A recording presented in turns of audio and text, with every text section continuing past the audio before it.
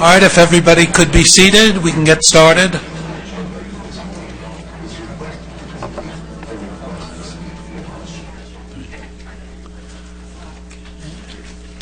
Okay, thank you very much. Welcome to the June 19th, 2018 meeting of the Lake Forest City Council.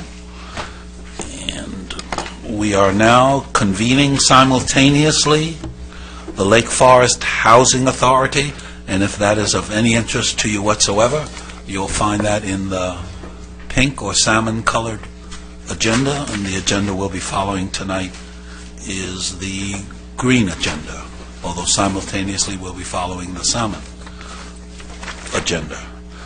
Our invocator for tonight wasn't able to make it, and Mayor Pro Tem Basil, would you like to do the invocation for us?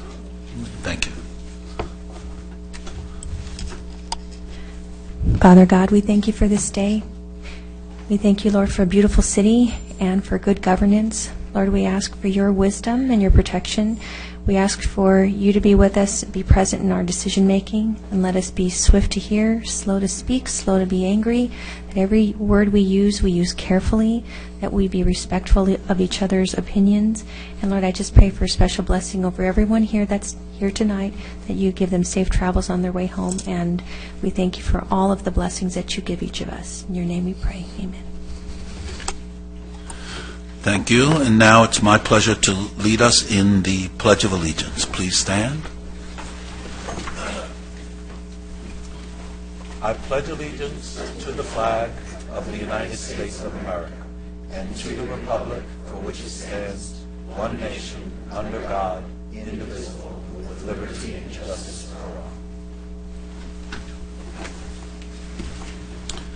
And welcome everybody, and welcome to those of you who are watching on Facebook Live.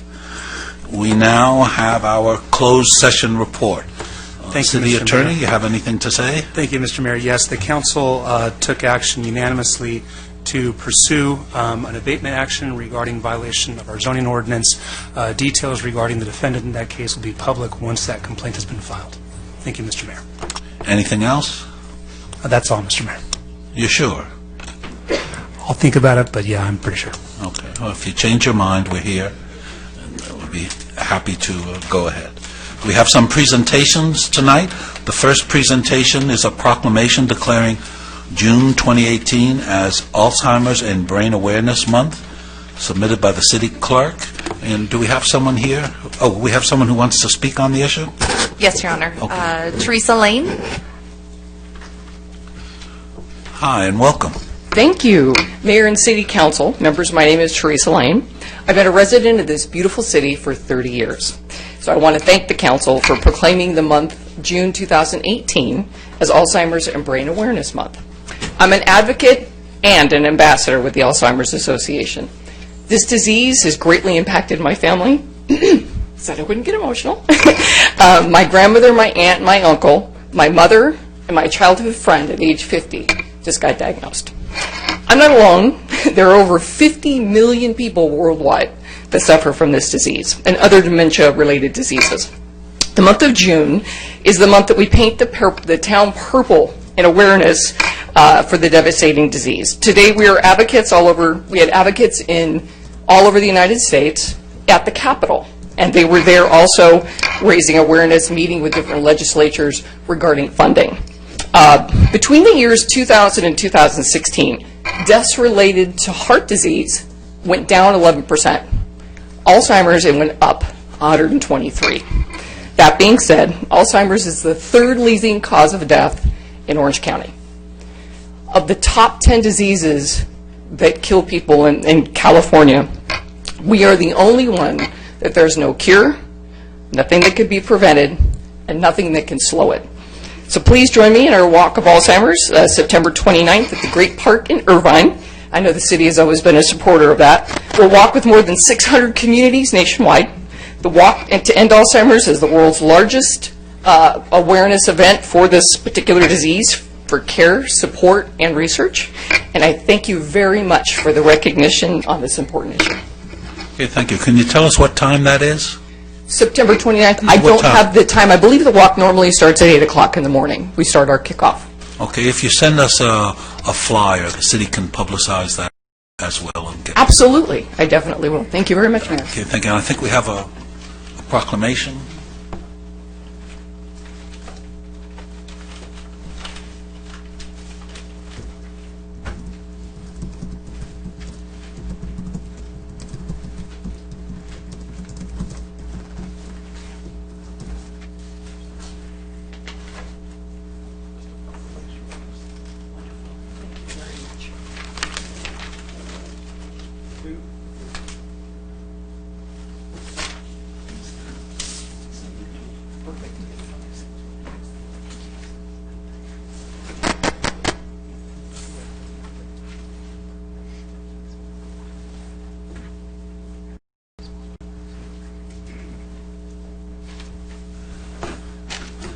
As soon as we get the flyer, we'll publicize that so you can join in what's obviously a very important cause.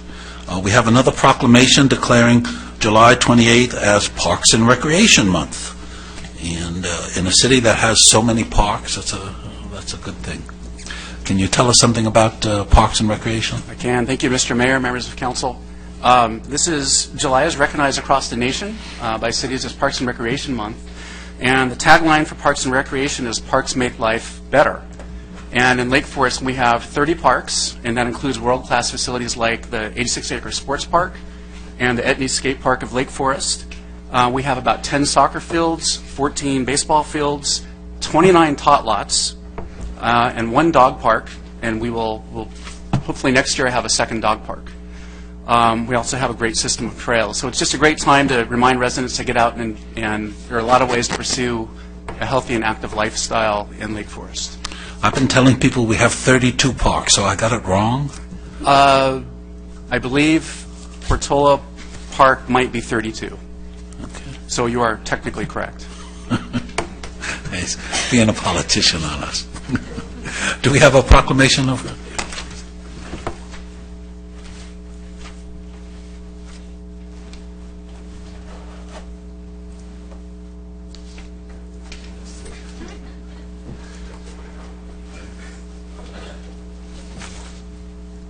And I just want to say our park staff, they work really hard. I mean, in the recreation programs, we have programs for seniors, special needs, infants, adults, the senior center here, all of that goes under Parks and Recreation. And the commission, we're spending, $7 million upgrading our neighborhood parks.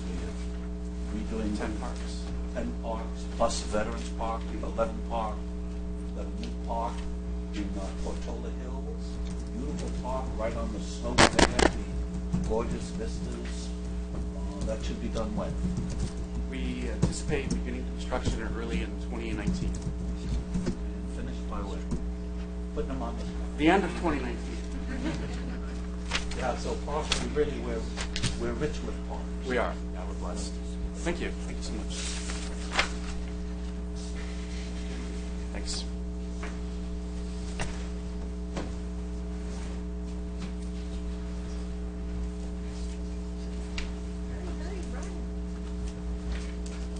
It's got to be a better way to I do can that. play some Jeopardy music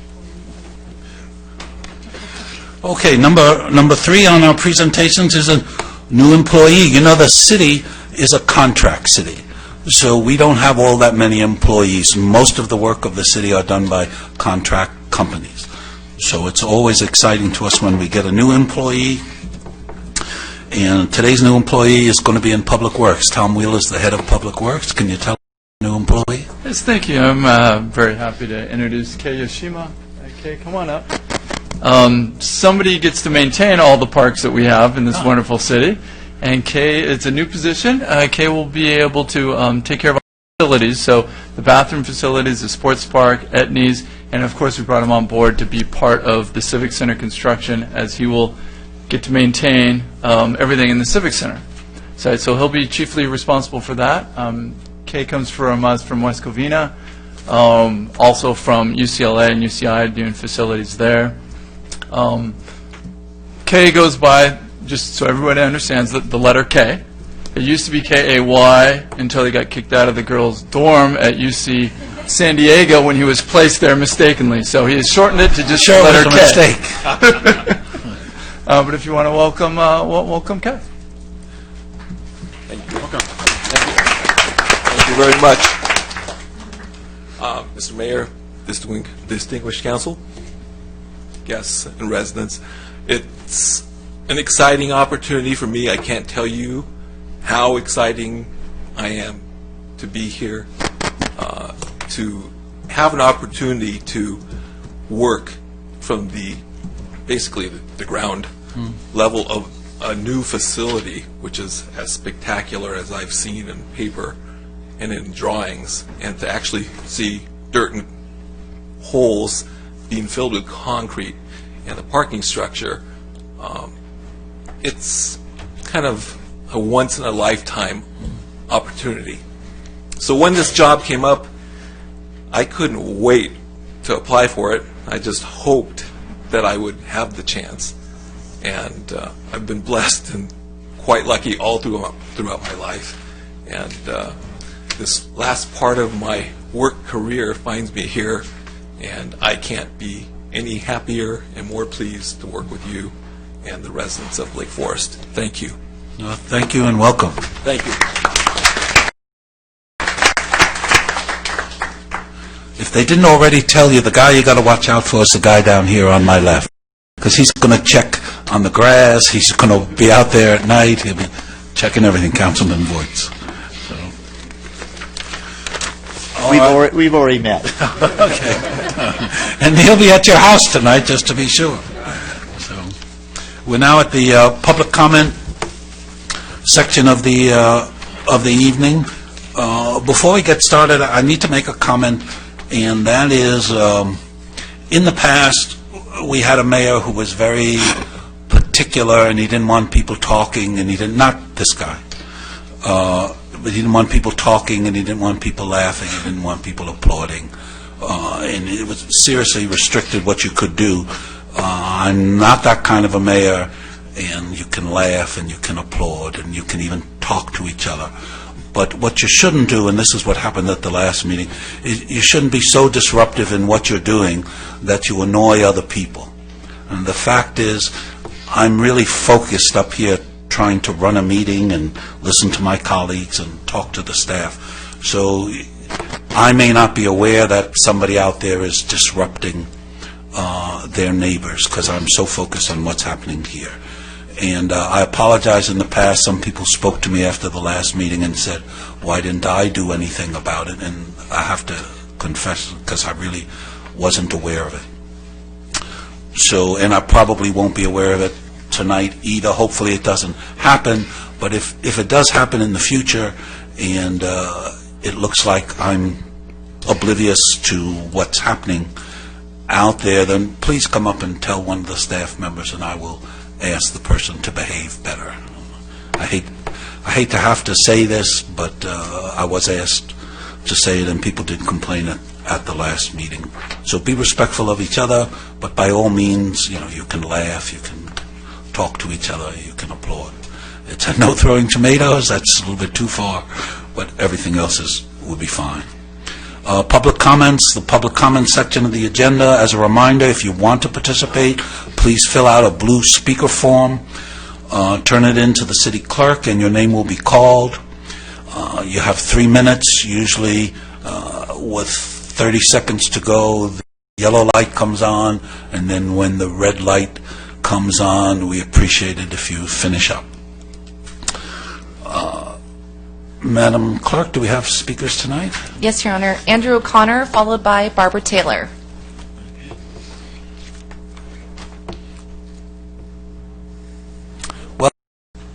Good evening, Dr. Gardner. It's good to see you. Council, my name is Andrew O'Connor from Foothill Ranch since 1990. And tonight I'd like to speak to the council and to the members here of Lake Forest in regards to something that's coming up that's very dear to the residents of Lake Forest, Portola Hills, Foothill Ranch, Baker Ranch. And that has to do with Irvine, the city of Irvine, and their decision with the Orange County Fire Authority, whether they're going to stay with the authority or they're going to have their own fire department. So I'm here tonight to see if Councilmember Scott Voigt has the courage to protest the City of Irvine's pending decision to withdraw from the Orange County Fire Authority. Councilman Voigt does not have the courage to challenge Irvine Mayor Don Wagner, who Voigt works for on a daily basis, averaging 5 to 6 hours per day, who will earn a projected salary of about $40,000 in 2018. Why haven't we heard anything from Scott Voigt on this? He claims, I love Lake Forest. Councilman Voigt, do you realize that station number 38 on Parker Avenue and Irvine Boulevard responds to the residents in Lake Forest for both paramedics and fire calls? Do you know that over 60% of the calls for station 38 are for Lake Forest residents, as explained to me today by the captain? Who will protect these Lake Forest residents when station 38 is no longer part of the Orange County Fire Authority? This station also responds to Baker Ranch residents. Foothill Ranch Station number 454 is already overwhelmed, taking care of my community of zip code 92610. Parker Avenue also covers and supports Fire Station 19 on El Toro Road. We didn't hear anything from Scott Voigt when Don Wagner proposed a homeless shelter on Santiago Canyon. Voigt was missing in action again, showing his loyalty to Irvine over the Portola Hills residents. It's easy to say, I love Lake Forest, but it takes courage to stand up to your boss and tell him he's wrong for getting out of the Orange County Fire Authority. Thank you. Thank you for your comment. Next. Barbara Taylor, followed by Michael Baleto. Did you want to talk about OCF? Okay. Welcome back. Good evening, Mayor and Council and Gail. Good to see you again, and City Manager and all the staff. My name is Barbara Taylor. I live in Portola Hills. I'm also the Vice President of the Bella Palermo Homeowners Association. And we have a couple issues that have arisen in recent weeks with the construction for the Portola Hills project called the Portola Center Northeast. And I brought some handouts so you can see those in more detail. That's why I won't have to read everything to you. But there are three major issues. One is dust and noise. The next one are views. And the third one are damage from the construction. So there was supposed to be a sound wall built before the construction started that would help with the noise and with the dust. There are some view issues, and several people will talk about those this evening. And there has been some damage from recent construction in recent weeks. They're cutting into the slope that supports our buildings. And I had a meeting with Leah and with Gail and had the building inspectors come out and check. And we've hired our own staff geologist as well to work with the experts. So there's several things that we'd like to bring to your attention, ask your support in going forward. We'd like to get that sound wall built to help with the dust and noise. We'd like to have some air quality tests done because we have quite a few people that are saying they're sick from the dust. We'd like to keep the elevations of the homes closest to us within a reasonable height so that they're not so impacted. We'd like to have the developer set up a fund for repairing any damage related to actual construction. And we'd like to have a city inspection of other buildings other than the one that we've done already. I understand there are several people reporting cracks in their buildings or in their homes. We'd like to bring in experts to identify and fix the weakness in that slope that's now being dug into. And we'd like to conduct follow-up inspections at regular intervals to make sure that the buildings are safe. Thank you very much. There's more detail in the handouts, and there are more people here this evening that would like to speak. Thank you very much for your time. Okay, and my understanding is you're already working. We are already working with the staff. Okay. We have, in our experience, the staff has been open to making adjustments and working with us, and Baldwin has been open to making adjustments and working with us. We hope to continue that. We like that relationship, and we would like to go that. We would like a little extra support with this because these new things have come up recently. Thank you very much. Okay, thank you. Would you mind if I just jump in? So last week, I came to Bella Palermo's HOA meeting, and we went through and looked at some of the pictures. We talked about some of the issues, and Omar was there. I feel kind of bad for Omar. He got chewed up that day. But by the way, I know you guys have hired a geotech guy. Robert Ruff is the person you've hired. He is fantastic. We use him for Portola Hills too. I'm the president of the board for my HOA, Portola Hills too. So we understand really how important it is to keep those slopes maintained. Since that conversation I've had with you and your board and your members, I've had conversations with the city manager, and I don't know if you have any updates, something that you'd like to share for the residents today. I know there were a few complaints that came up that maybe it was Gail that I spoke to you about the water trucks, making sure that the water trucks were going regularly to keep the dust down, and the other was the seismic meter. There were some residents that had been alleging that the seismic meter was being moved around depending on where the work was being done. They were moving it furthest from the area being worked on so that it wasn't registering. So I know that you guys staff is going to be working on that, and they're going to be more diligent to make sure that they are following all the rules that are required. Was there anything else that you wanted to add? Thank you, Mayor Pro Tem. I think at this point, we'd like to hear what the residents have to say so we can really understand their concerns. And then I think the most productive way to kind of address them is to have a separate meeting with them. I think it's a great idea. To kind of talk through what's going on, and we can have the proper staff there and so forth. And I'll be there too. Certainly. So I think that's probably our best approach to being productive and trying to address some of this. Great. Thank you. So someone will reach out to Barbara, or? Yes, I think we would communicate with Barbara and come up with a time that works for their group. Okay, thank you. Just a housekeeping issue for you. If you do have a submission, something you want to hand out, and you get it out on Thursday or Friday, it gets circulated to the council much earlier, and so we actually get a chance to read it rather than trying to read something on the fly. And I think if they get it in early enough, don't we publish it actually? It becomes part of the record? We publish all public comments and written submissions the day after with the video. With the video, yeah. So you get it up there as well. Are we the only city that does that? As far as I know. Lake Forest is pretty awesome. Yeah, we're the only city that has the people who are participating later on, they'll get a chance to talk to live on Facebook Live. We're also the only city that does that as well. And I could go on, but I won't. Next. Michael Baleto, followed by Shannon Quinn. Thank you, Mayor, and thank you, Council. Thank you for letting me speak here tonight. I've been a resident of Lake Forest, a great community, since 2003. I live in the Bella Palermo condominium complex since 2005.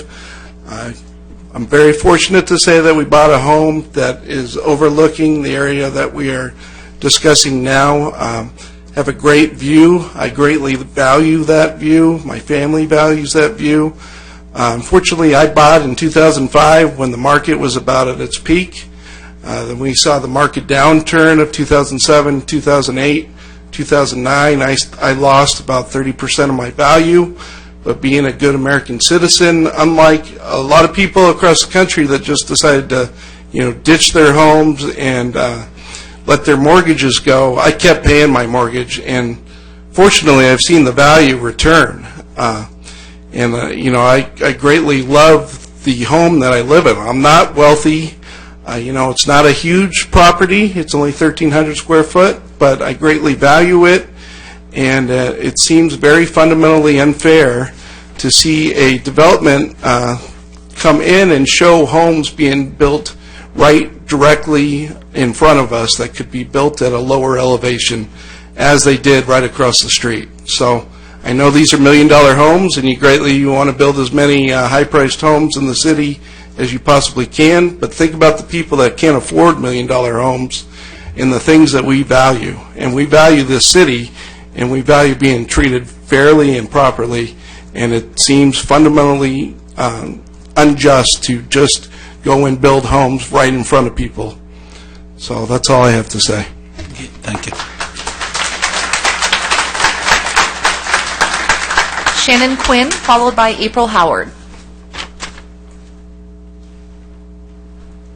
Welcome. Thanks. Nervous. My name's Shannon Quinn. I'm also from Palermo. The reason I'm here today is because I wanted to express some disappointment and to ask the City Council to open up a case to review the procedures taken and the communications sent regarding Baldwin and Sons change to tract map, the tract map that was sent out, resulting in a change in elevation of approximately 100 feet to the northwest plot of the Portola Center. I moved to Bella Palermo in 2010. I was told about the building at the time that I moved in. However, I was told that the approved grade would have the houses, the two-story houses, roof not clear higher than the grading of my house below or my house above. I'm aware that the city and the developers have sent letters and public notices. I have them here, and I have received them from 2013 to 2017, and I reviewed them both then, and I reviewed them again now as we approach our concerns. I still do not see in any of the letters that I've received any sort of verbiage to explain the difference or the request to upgrade the grade 100 feet in elevation to that northwest plot. And I know the procedure to approach such a change requires the city to send letters to those impacted within 300 feet of any such change. I know that when that letter would have been sent to me and had that verbiage, at that time I would have had an opportunity to express my concerns and my arguments via a public notice. However, since I did not see any sort of verbiage that pointed me into that attention to argue that point, it's now at a point that just this last Thursday, in a landscaping meeting with the developer, that we all understood that the elevation was going to be raised in addition to what sort of landscape the developer was proposing.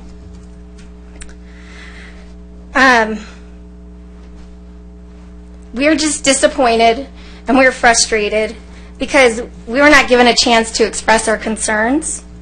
And we ask that you guys please help to rectify this, at least reviewing the procedures that were used and seeing for yourself that there was no verbiage to the 100-foot elevation gain or change to that northwest plot. Sure, the developer is going to lose money, but if we do nothing, the homeowners will.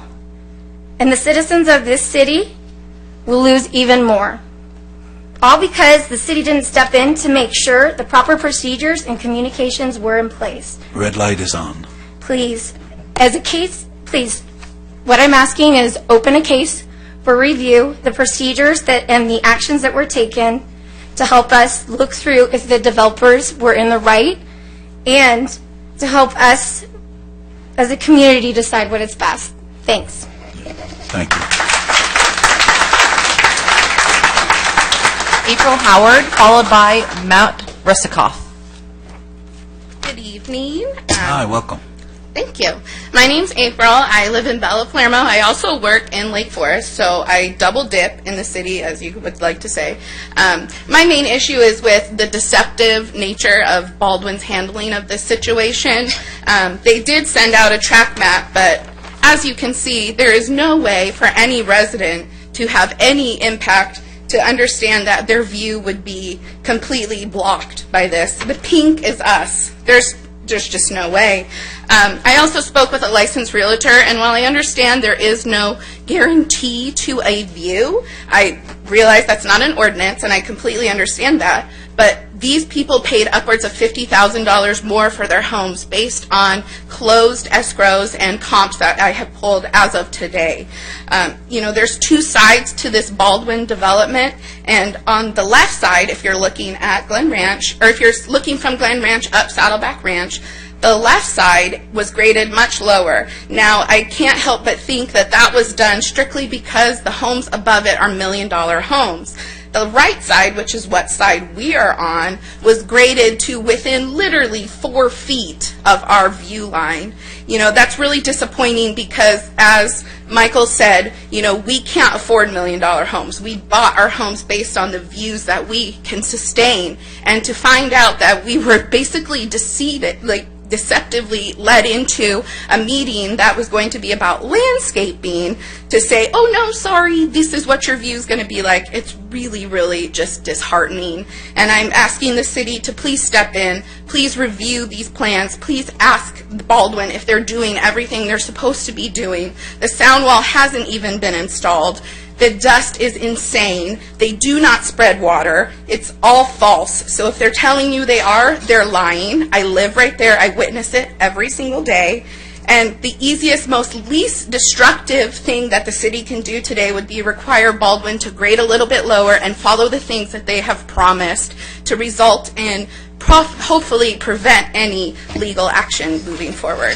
Thank you so much for your time. Okay, thank you.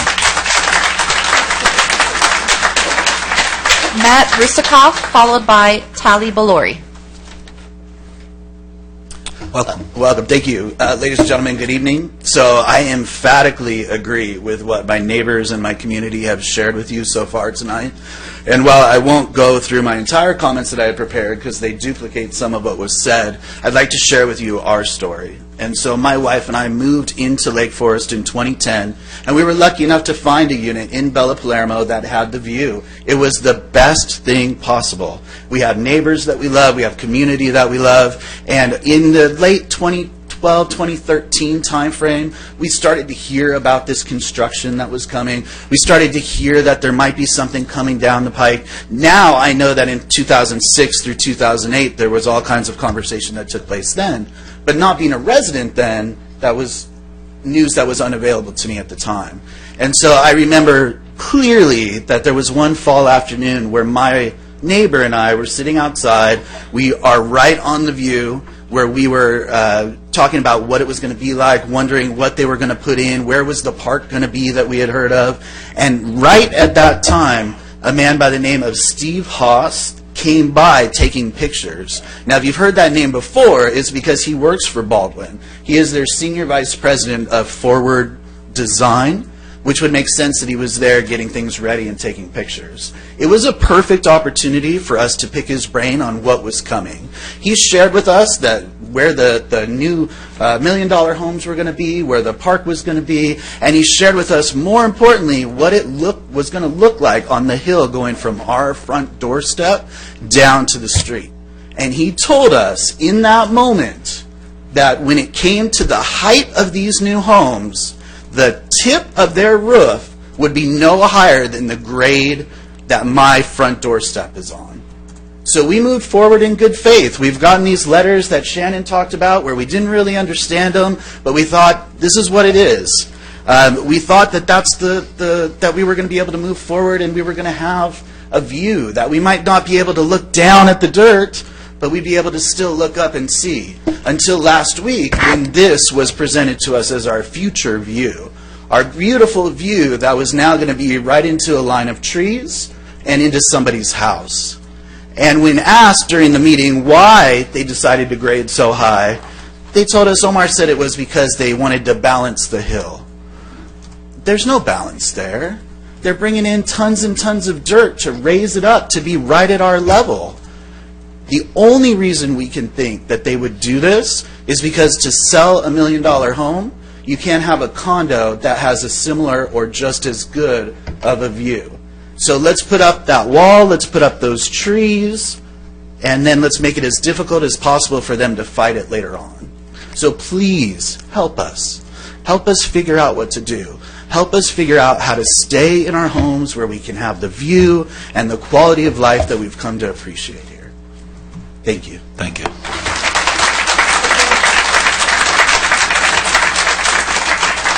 Tali Balori, followed by Monique Johnson. Good evening. Welcome. Mayor, good evening, everybody. I'm going to keep this very short. We moved to our residence about a year ago, and I'm one of those people that paid the $50,000 view. And it's very heartening to realize that the builder has deceived us. And on top of it, not only 4 feet, but they're planning to put trees. So we will have absolutely no view of anything, even the parks that they said they're going to build. And we won't have any view to even see those parks. And another thing is I'm directly in front of the construction. My understanding was that they're supposed to start at 7 in the morning. There are many, many days that they're there before 7. These earth movers are very loud. They produce a lot of smoke, a lot of dirt. Every day, basically, when I get home, the only water that's being spread is me with my hose, hosing down my front yard or front area, the front door, and windows have to be closed. My wife's 4 months pregnant. My mother lives with us. They all have issues with allergies, breathing. This is just insane. The amount of dirt that needs to be filled to bring up these homes, it seems to me that it just makes no sense why they want to have such impact on the environment in order to give views for their houses and then just basically leaving us without any view. It's not only the view issue that I'm here, it's because of all the health reasons as well. And I'm slowly seeing some cracks in our foundation. And I've actually called the number that they provided on a billboard in front of the construction many, many times. There is an 800 number, and there's a 905 now. It's I guess it's the builder. And they said, well, fine, we'll just put some more water, but they never do, and that problem's never resolved. So I'd like to see if the City Council could reconsider and really see what they could do and, give us some hope. Thank you. Thank you. Monique Johnson, followed by Alvin Rodriguez.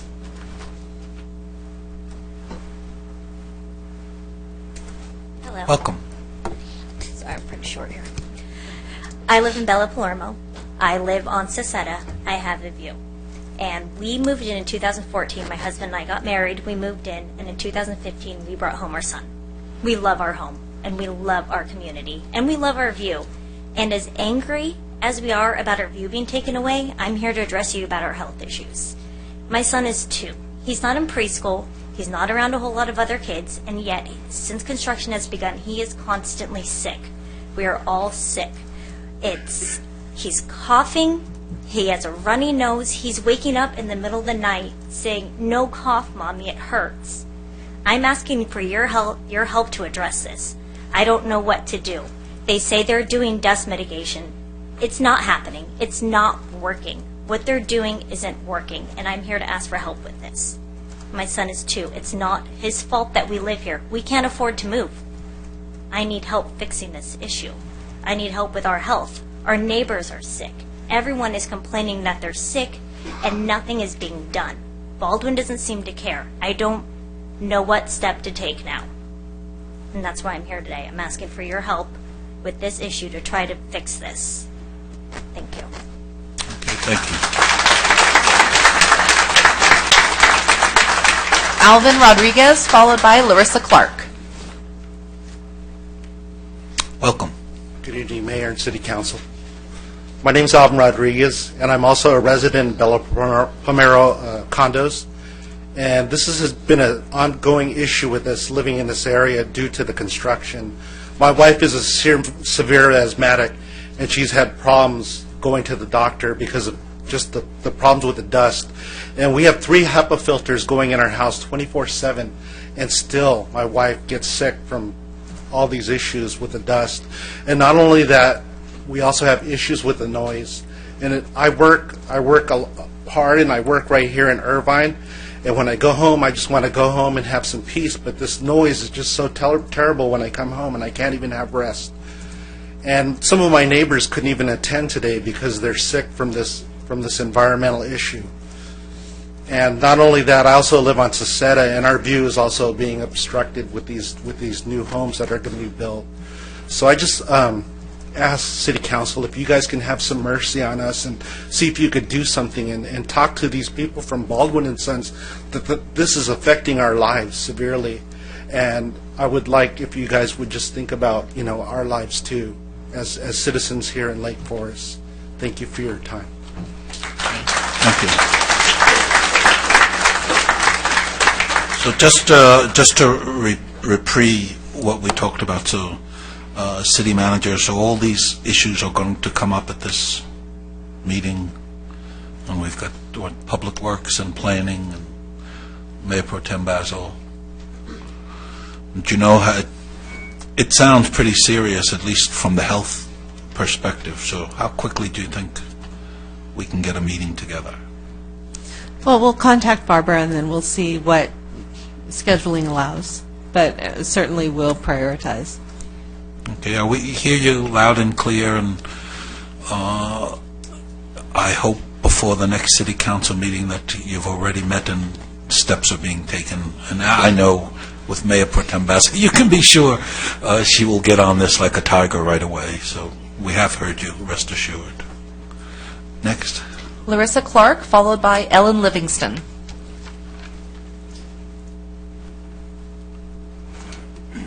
Welcome. Hello, good evening. Been a resident of Lake Forest 21 years now, May 1st. So I'm here to kind of do about a year and a half update. I'm still paying to sue myself. So I live in HOA Lake 1, and we're currently in litigation with the city, OCTA, the rail lines. So I pay my HOA dues, which goes for legal fees. I pay city taxes, county taxes, state taxes, because we got the rail lines involved. Anyone out there that pays your city property taxes, you're paying for this lawsuit. Although you're not paying to sue yourself, you're just paying to sue me in Lake 1. So either way, I'm paying to sue myself 6 ways from Sunday. Over a year ago, I told this would be addressed. It has not. Now, I understand that a certain party got a new lawyer, so new discovery had to, ensue, but that is over. So I would really like somebody, because Jim can't, you've given probably Basil the runaround, because she promised me, Voights, you lie. Robinson, please, you're the only one, you understand what it's like, pay to sue myself. You got that the last time I was here to say that. Help me, be a leader. Do something. The next thing I want to talk about is Veterans Pond, which used to be Village Park Pond, that is separate from why I'm paying to sue myself. Now listen, if you three, one of them not here anymore, former member Hamilton, gone, but if Voights and Robinson had agreed with Gardner and the other council member to fix Village Pond Park, we wouldn't have a $600,000 or more change order on the agenda. In fact, that's the third change order we've had. So if you had moved on it and helped the residents 5 years ago, we'd be saving $1 million, which could then maybe help to fix Lake 1 so I wouldn't pay to sue myself. Come on, guys, we need some leadership here. You won't let Jim, because he has a $4 and some odd cent thing into Lake 1? This is ridiculous.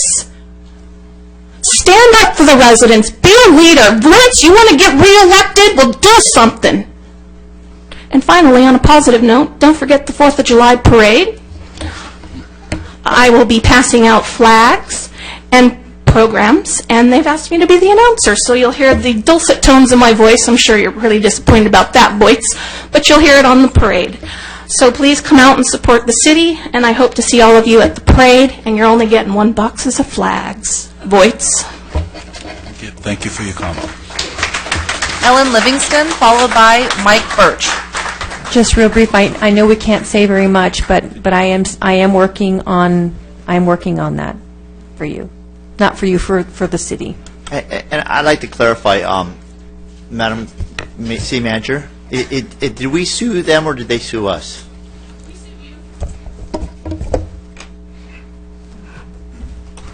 Mr. Mayor, Council, the city was sued by Lake 1, and just for the information, The parties are in the process of mediating these complaints and are attempting to settle them. Okay. Welcome. Is that it? Welcome. Thank you. Thank you very much for letting us speak. And thanks, Leah, for attending our meeting. We really appreciate that. I'm also a homeowner in Bella Palermo. I'm a little bit different than the other ones because I don't have a view. However, if we have this situation where people, their homes devalue, our homes will also devalue. So I feel like I'm here to support these people, but also to support myself. And the other thing is, I walk out on the sidewalk every once in a while to look at the construction. There's a problem because there's a health and safety issue. There is no fence. If kids get out there and start playing, guess what's going to happen? They're going to fall. They're going to get injured. And you guys, I don't know if the city will, but the builder will definitely be sued. So there is definitely a health and safety issue there, along with all the health issues of the people that live there. It is a great community. I've lived here since 2005. However, this concerns me because it seems like we're choosing builders with money over people's lives and the health and safety. So thank you very much for hearing me, and thank you. Thank you for your comment. Mike Birch. Welcome. Thank you. Mayor and council members, I don't have anything planned, so it'll probably be really brief. But I also am a resident of Bella Palermo. It's been about a little bit more than 4 years now. The view, I am on the view side. It's unfortunate, but not what I'm here to talk about. I have two sons. One's a 5-year-old and one's a 10-month-old. And they are both suffering from asthma already for the 10-month-old. I also have had a rough time for the past year or so. Have not in the past, except for exercise-induced, much younger. It may very well be a coincidence. I don't have any proof, but it's definitely a nuisance and painful. On top of that, I know that the sound is difficult as well to work with. During the week, we got daycare. It's not an issue. But during the weekends, they've been starting the trucks as well, not doing it all day by any stretch, but definitely making enough noise to disrupt naps and what have you. So it's something that would be great to curtail again, to go back to at least a 5-day week at most. That's all I got. I know I'm repeating a lot of what you've already heard here, but anything can be done. If anything, can be appreciated. Thank you. Thanks for your comment. We've had no further requests here. Okay, how about Facebook Live? Do we have any questions? Oh, I'm sorry, Your Honor. I apologize. It's okay. We normally do the in-person people first, and then we do the people online. Olga Reswick?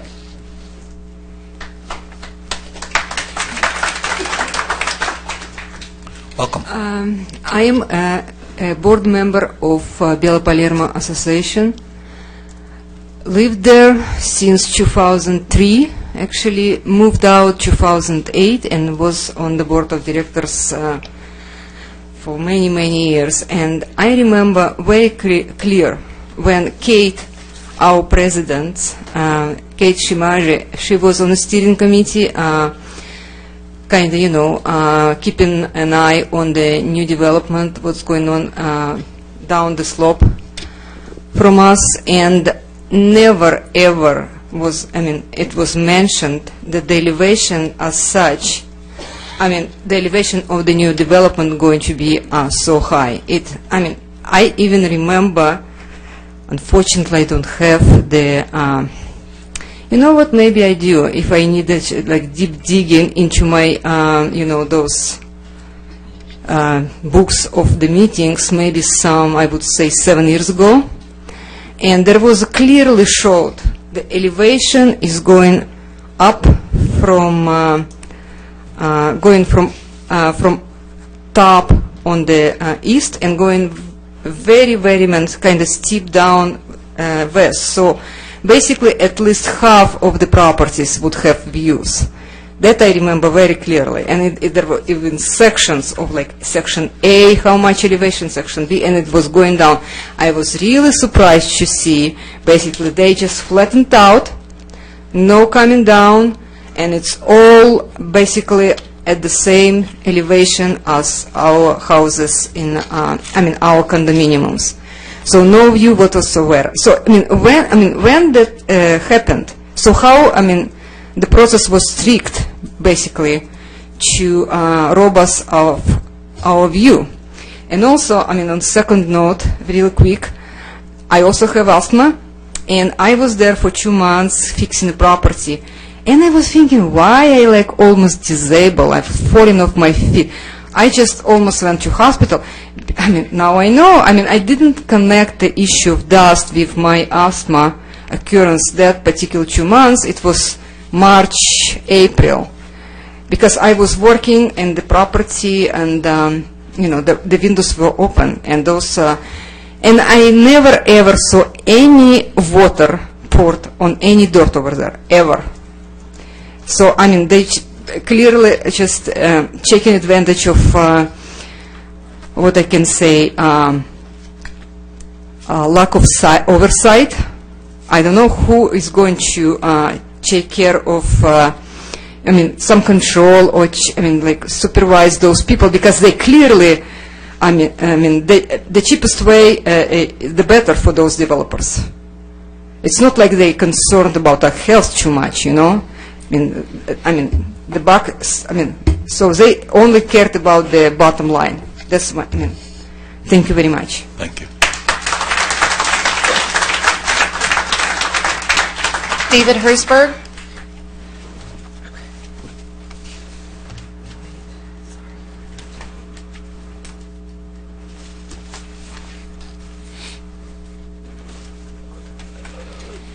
Welcome. Welcome. I'm David Hersberg. I'm a resident of Portola Hills. I don't live in Bella Palermo. I live above them, but I'm here to support them tonight. I brought you 2 photos that you're passing around right now. We're talking about this thing, I think we should look at it. Okay, if you look at the one with the car in this lower corner, this was the original slope line. I want you to see how much has been cut in.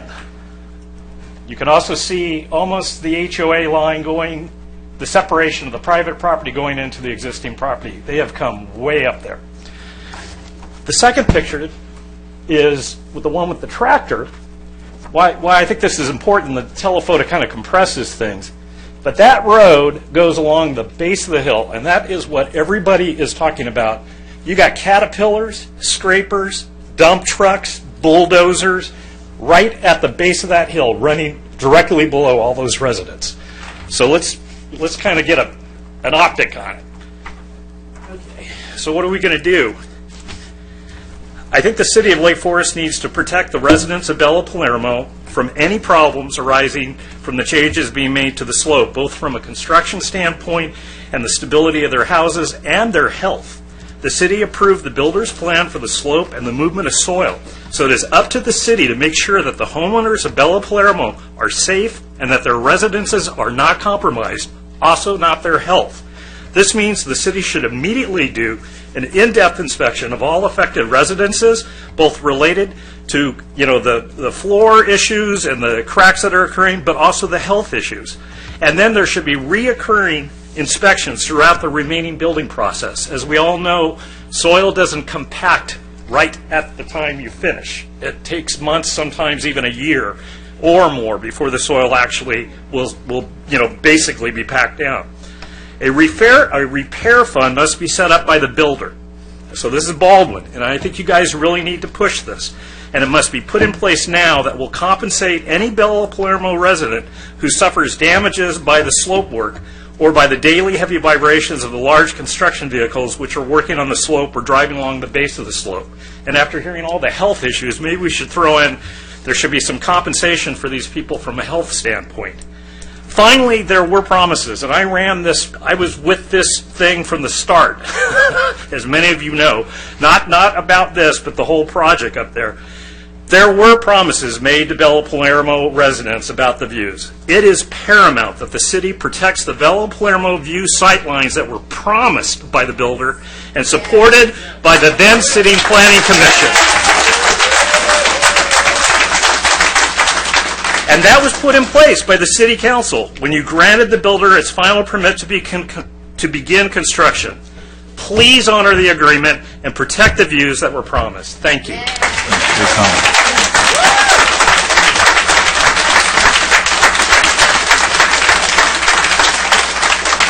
So for those of you that don't know, that man, Dave, was amazing. When the whole development started, he made his own signs, and he staggered them all the way down Saddleback Ranch Road, and he had a little booth at the corner so that everybody knew what was going on. So first of all, thank you, Dave, for all that you did for our community up there. Secondly, just to reiterate, the sooner we can get that meeting scheduled, the better. I agree with the mayor. If we can get it done before the next city council meeting, I think the sooner we can get this looked at, the better. I mean, there's some serious issues that a lot of these residents raised, and they're very upset. And I want to make sure that we address as much as we can possibly address to help them.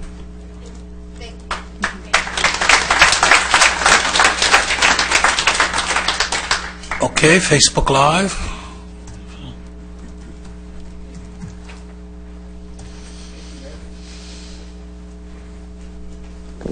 Thank you, Mayor. Edson Hong, comment to council. We choose Bella Palermo as the place we wanted to move to start our family because of the beautiful views and great neighbors. Now that we have two boys, ages 4 and 1, one of our favorite things to do to bond is to walk through the back of our neighborhood and enjoy the view. It gives me an opportunity to share with them the beauty of our city and explain nature in a way that feeds their wide-eyed wonder. It lets me show them Catalina Island, Long Beach, the lakes, hills, and Mother Nature at its finest. We're not against building the homes, but please do everything we can to not take away from the beauty of our city. We are better than that. Let's not rob our children and the future of this incredible beauty and natural views. Next is Kelly Turbeville, comment to council. As part of the original steering committee in the Portola Hills Baldwin and Sons, did ensure the Bella Palermo residents and Portola Hills in general, the grade would not obstruct views and quality of Bella Palermo residents. It is disappointing to see. Please review the original plan. Sean Fletcher, comment to council. I would like the city to do more monitoring if the construction next to Bella Palermo, as well as the home construction starting on the top of Peachwood. The builders are staging equipment and workers well. 7 a.m. start time. We would like the city to be more diligent in ensuring that the developers and builders are following noise ordinance laws. Dennis Berry, comment to council. Portola resident who spoke before the council regarding Saddleback Ranch Road.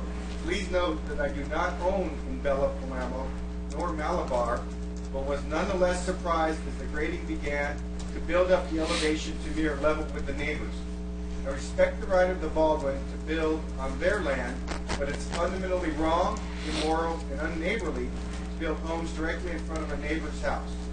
There may be no ordinance blocking the developer from building in front of someone, but listening to these comments and the fact that the elevation was not the original plan and the height was changed deceptively, with respect to the view blockage, I had reached out to Councilmember Basile out of curiosity and did not hear back.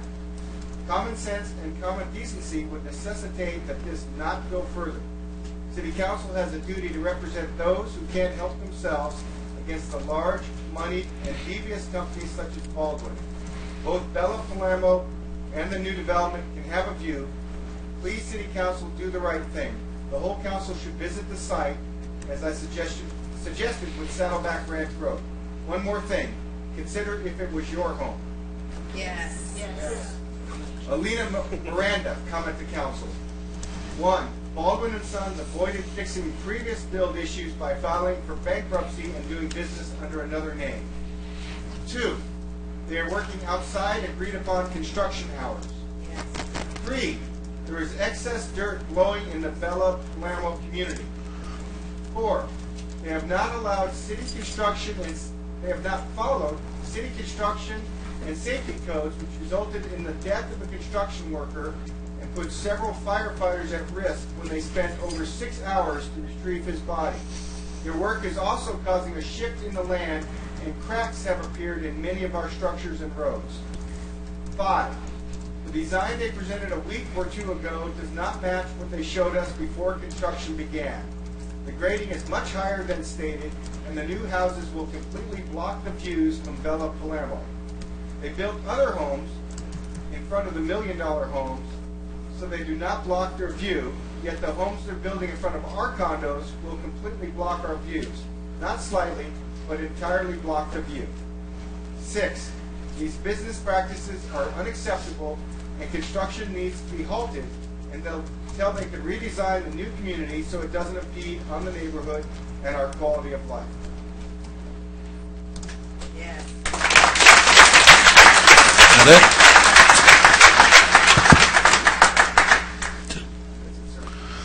Okay, well, thank you, those of you on Facebook Live, and thank you, folks, for coming. Is the red, is that what that means? The red is the Villa Palermo stuff? Okay. Yeah, this is all very serious stuff, and I personally am upset to hear these things. And the city manager and I, we meet once a week to go over a long list of things. And tomorrow, I think we'll get in the car. We can have our meeting on the car, go up there and take a look for ourselves. So she and I will get the ball rolling tomorrow and actually visit and see for ourselves. But I know you're in good hands with this woman. She will do what has to be done to make it right. I have no judgments about I don't know what they promised, I don't know what, et cetera, et cetera. But the other issues, the health issues, the noise issues, the safety issues, we can certainly move forward on those as soon as possible. So you and I will carpool up there tomorrow during our meeting. And thank you for bringing this to our attention. And that brings us to the consent calendar. Mr. Mayor, I just had a few questions regarding some of the public comment. Directing to the city manager, I assume Director of Public Works will probably be the one, maybe, I don't know, maybe it's the planning department. But with construction hours, what do we do at this point to make sure that the construction starts no earlier than the set time? So how are we making sure that that occurs, or it appears like it's not? So is there a person on site, or how does that all work? Yeah, please don't call out. It's not a soccer game. It's a city council. Thank you. That's a great question. So as a first step, we'd like to just hear about it to let us know. So our point of contact, Doug Erdman, he's our engineering manager in charge of development. Doug's right here. So he's going to have a whole stack of business cards, I'm sure, to pass out. But we would encourage you to call us and let us know. We have inspectors on site. We'll double sure to make sure that they do that. They've got a lot of subcontractors, obviously you've seen the activity. If it happens on the weekend, something like that, Doug can't address it, call the Sheriff's Department. Call their non-emergency number. It's against the law. We will let them know as their staffing and availability. They will enforce that for us. And so that's against the law. We don't want them to start early. And so let us know. So that's the first step, is that kind of communication. Several of you have reached out to us, and we inform our inspector, and we'll go out there and we'll find the culprit and who's doing it. Typically, they like to warm up their equipment and things like that, and we don't allow that. So we've moved some equipment before out there when we have those. So that's a great question. And so let Doug know. If you got pictures, if you got exact times, the more specific you can be, the more we can enforce. And then if you hear otherwise, call the police. Call the non-emergency number, and they'll go out there, and they love to go out there and shut these guys down. So do we have an inspector out there Monday through Saturday, or we have an Sunday, inspector out there whenever they're working. Whenever they're working, there's an inspector. Whenever we know about when they're working. Yes. Whenever we know that they're working. Absolutely. So they would have had to have notified us. Sometimes they might They have to know. They're developers, as you all know, so that's why we have inspectors out there. We have an extra third-party geotechnical engineers out there watching their work also. Okay, and then is it a separate inspector that is monitoring the dust part to it, the air quality, or is it the same inspector? It's the same. We have one grading inspector. Okay. We'll look more into it. There's different criteria and different laws for dust control. There's certainly the one that we enforce is from the Air Quality Management District. So we've been on them. There's no good way to build next to somebody's home, right? You're going to get dust and things like that. Their laws don't appear to. They're more egregious in nature, let's say, in terms of dust that they will allow. So we're going to have to work through that, I think, with the developer and certainly with the homeowners, and we want to go out there and see what's going on and see how creative we can become on what we need to do for those dust controls. I don't believe that it's a violation as we understand it now at this point in time for the letter of the law. But we got to dive deeper into that and find out what some more information. Okay, well, on the dust side, I would strongly recommend that you all notify the Air Quality Management District, South Coast Air Quality Management District. I just happen to be the board member that represents all of Orange County, and I'll talk to the executive officer about this issue. As the Director of Public Works mentioned, it's possible that they're not in violation, but it's possible that they are. So we'll have someone definitely take a look at that. I'm a strong believer in private property rights, but a developer who owns the property has property rights, so do you. And those property rights need to be balanced. So I'll do everything I can to make sure that that balance is maintained. Mr. Mayor, Councilman Vogt. Just for you that are out there, non-emergency sheriff phone number is 714-288-6742.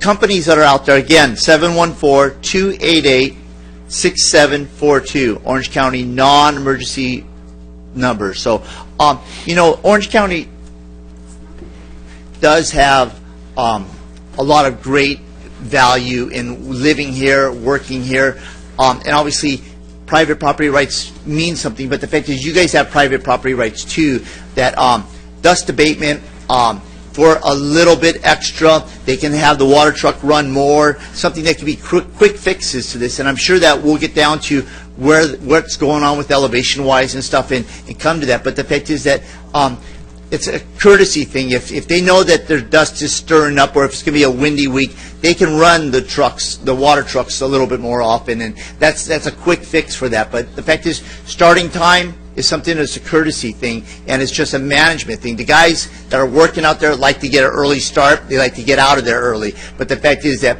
they have to be considerate of the neighbors, and that's you. So thank you all for coming tonight, and we will be looking further into this. Thank you so much.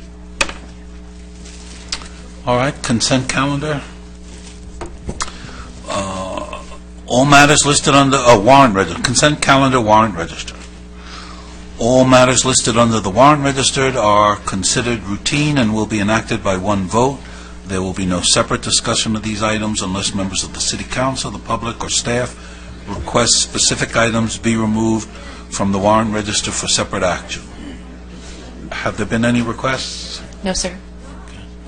I'd like to move warrant registry item number 9. Second.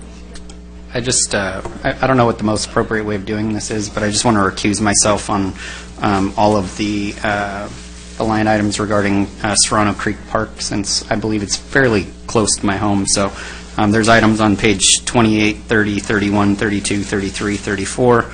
There's also an item for the Beeman on page 39, and then an item for replacement of lights and ballasts from Thomas O'Connell or Lake Forest Electric on page 41. So just out of an abundance of caution. And in the abundance of caution on item number 9 on this consent warrant registry is a cooperative agreement with water quality involving 12 public entities, including the 9 cities and the City of Irvine. I am an employee of the City of Irvine, but I do not work for the department involved in this agency. Because of the City of Irvine's public agency, and because I do not work for that department in question, I have determined with legal advice that I have no interest in this item, and I will be voting on this item. Thank you.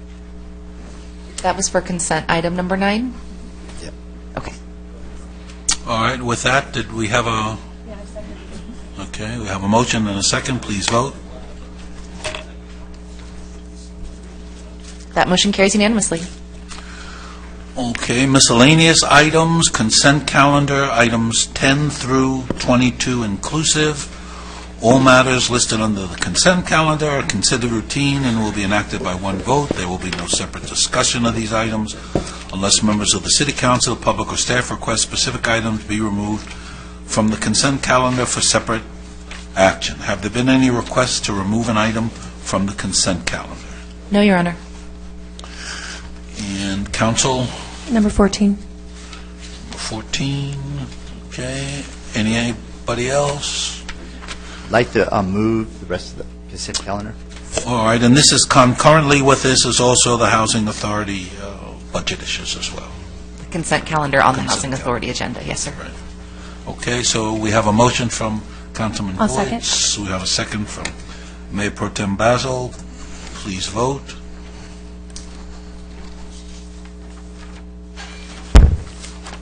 That motion carries unanimously. Item 14, pulled by Mayor Pro Tem Basil. Yes, the reason why I pulled this item, this was for our quarterly review. We've had a couple of things that have just popped up since we've published the agenda. One pretty important one happened on yesterday, and that was Orange County Fire Authority received a letter from Placentia stating that they are giving notice that they want to withdraw from the OCFA. So at this point, we don't know what that means. We have an emergency meeting that just got scheduled for tomorrow night with the OCFA for the board. So we'll be discussing Irvine's potential removal from the agency as well as Placentia's newest decision to do so. And I will provide information at the next City Council meeting. And if depending on what the information is, I will certainly share it on my Facebook site as well. Okay, and I would just like to thank my colleagues for their contributions to that quarterly report. I think that was a good, innovative thing we did, and it's nice to be able to keep track of things. So thank you very much. And with that, I'll move the item. I'll second that. All right, please vote.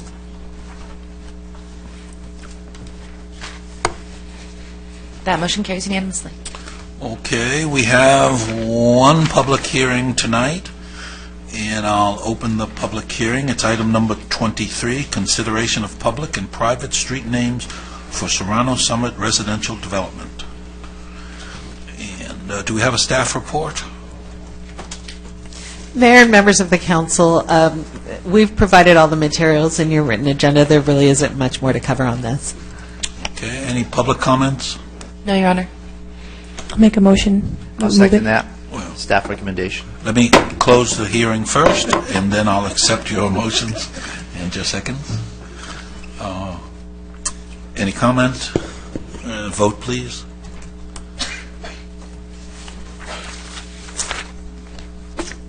That motion carries unanimously. Discussion items, number 24, adoption of fiscal year 2018 to 2019 operating budget parts A, B, and C, submitted by Assistant Mayor and members of the City Council, we have a presentation by our Assistant City Manager, Keith Neve. His presentation will cover all three of those items that the mayor listed.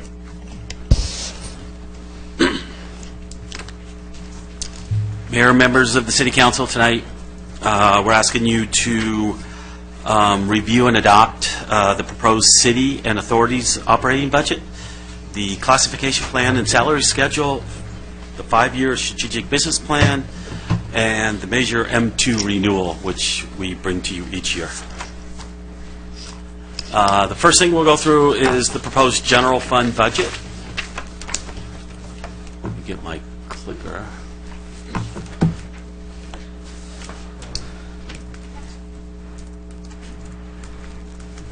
There we go.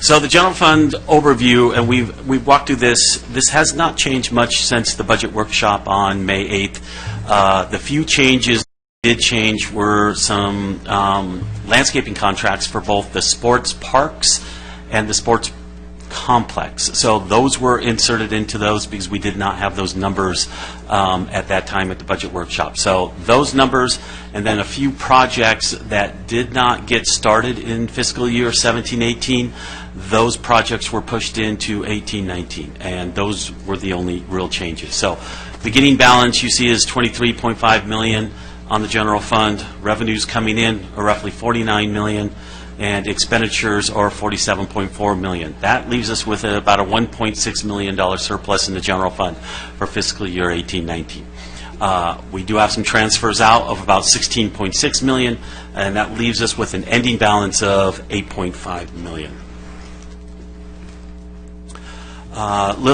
We'll dig into those transfers a little bit. Those are the transfers that the City Council approved at the Strategic Plan Workshop. Those $16.6 million worth of transfers are for infrastructure, $7 million for pavement to keep the pavement management up to an 80 PCI. Neighborhood park improvements, we're putting $7 million into the renovation of 10 city parks, and Community Services is going through that right now. And then the City Council also directed staff to pay off the Alton debt service payoff. So we will pay the only bond issue remaining in the city come December 1st, 2018, and we'll have the only debt in the city paid off. So that is what those general fund transfers are made up of. So our general fund reserve, we do have a reserve policy in the city of 40% of general fund revenues. So we are meeting the beginning balance in that. Reserves are $23 million. We're actually taking some out because revenues are a little bit lower than they were at mid-year. So the balance is $22.6 million. So we're in full compliance of the 40% reserve policy. This is just general fund expenditures by department. I bring this up each year to show you what police services and public works are your two biggest departments in the city with the two biggest cost centers. And of course, the police department is one of the biggest cost centers that is going up 5 to 6% a year. We're just going to need to keep an eye on that going into the future. That is really what's driving our expenditures in our city budget. So the proposed general fund budget for fiscal year 2018-2019 is balanced. We have a surplus of roughly $1.6 million. It's projected to remain balanced over the 5-year look forward, and I'll show you that pie chart right now. So if you look at the chart that we showed you both at the Strategic Plan Workshop and the Budget Workshop, you see that we're going into this year's budget 17-18 through mid-year. Mid-year we were a little upside down. That's only because Council asked us to pay off the UAL for the pensions, and so we're completely pension-free now too at this moment. And then 18-19... So we're pension-free, and at the end of the year we'll be debt-free. By December 19, 2018, we'll be debt-free too. So as you see, 18-19, you got that surplus of around $1.6 million. The gap's going to close the next couple of years because of the opening of the Civic Center.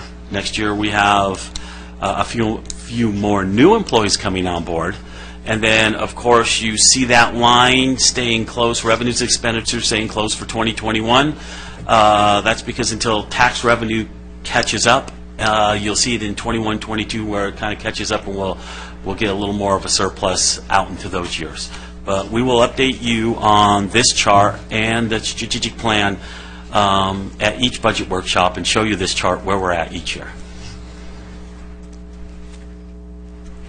So all funds budgeted, just not the general fund, but all the funds budgeted, we're starting off with $84.6 million. We have revenues of $60.8 million, expenditures operating $57.9 million, and of course capital projects this year $25.9 million. Leaves us with we're actually spending more money than we're bringing in, but those funds have been saved over time. This is the Civic Center project. So you're actually spending more than what you're bringing in overall in the city's all funds budget. But that's because you build up your capital funds so you can spend them at a certain time. With an ending, that gives you an ending balance of about $61.6 million. And then just a little summary of revenues in all funds, and your two biggest revenues coming into the city, of course, are property taxes and sales taxes. Property taxes being the biggest revenue source for the city, and then followed by sales tax. And just to clarify that, I know we had to spend 8 hours doing this last month, I think. But the property tax figure is a little bit deceptive, isn't it? It includes the vehicle in lieu. That's almost half the property tax. No, that's roughly $8 million of the $33 million. That's 33%, not $33 million.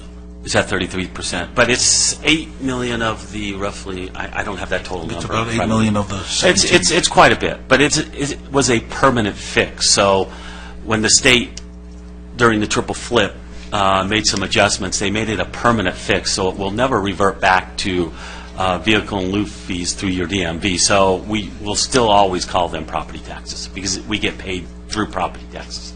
But some cities do account for that differently and don't call it property taxes.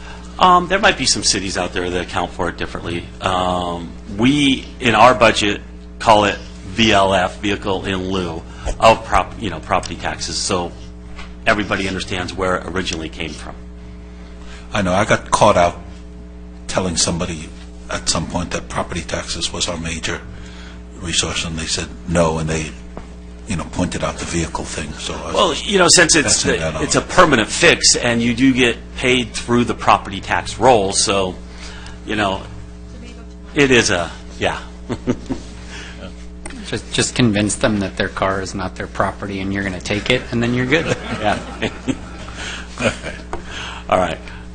And like Mayor Gardner said earlier, we're a full contract city, and what that is we have a whole lot less employees than a full service city. And this pie chart kind of shows you that, and shows you that contractual services are 57%, operations and maintenance are 26%, and of course personnel is only 16%. So it shows you that a full contract city model is a lot different than a full service city model. And then the Housing Authority, we did approve that while you approved the consent calendar. Very little going on in the Housing Authority. We're starting off with a balance of about $306,000. The revenue's coming in, the $892,000.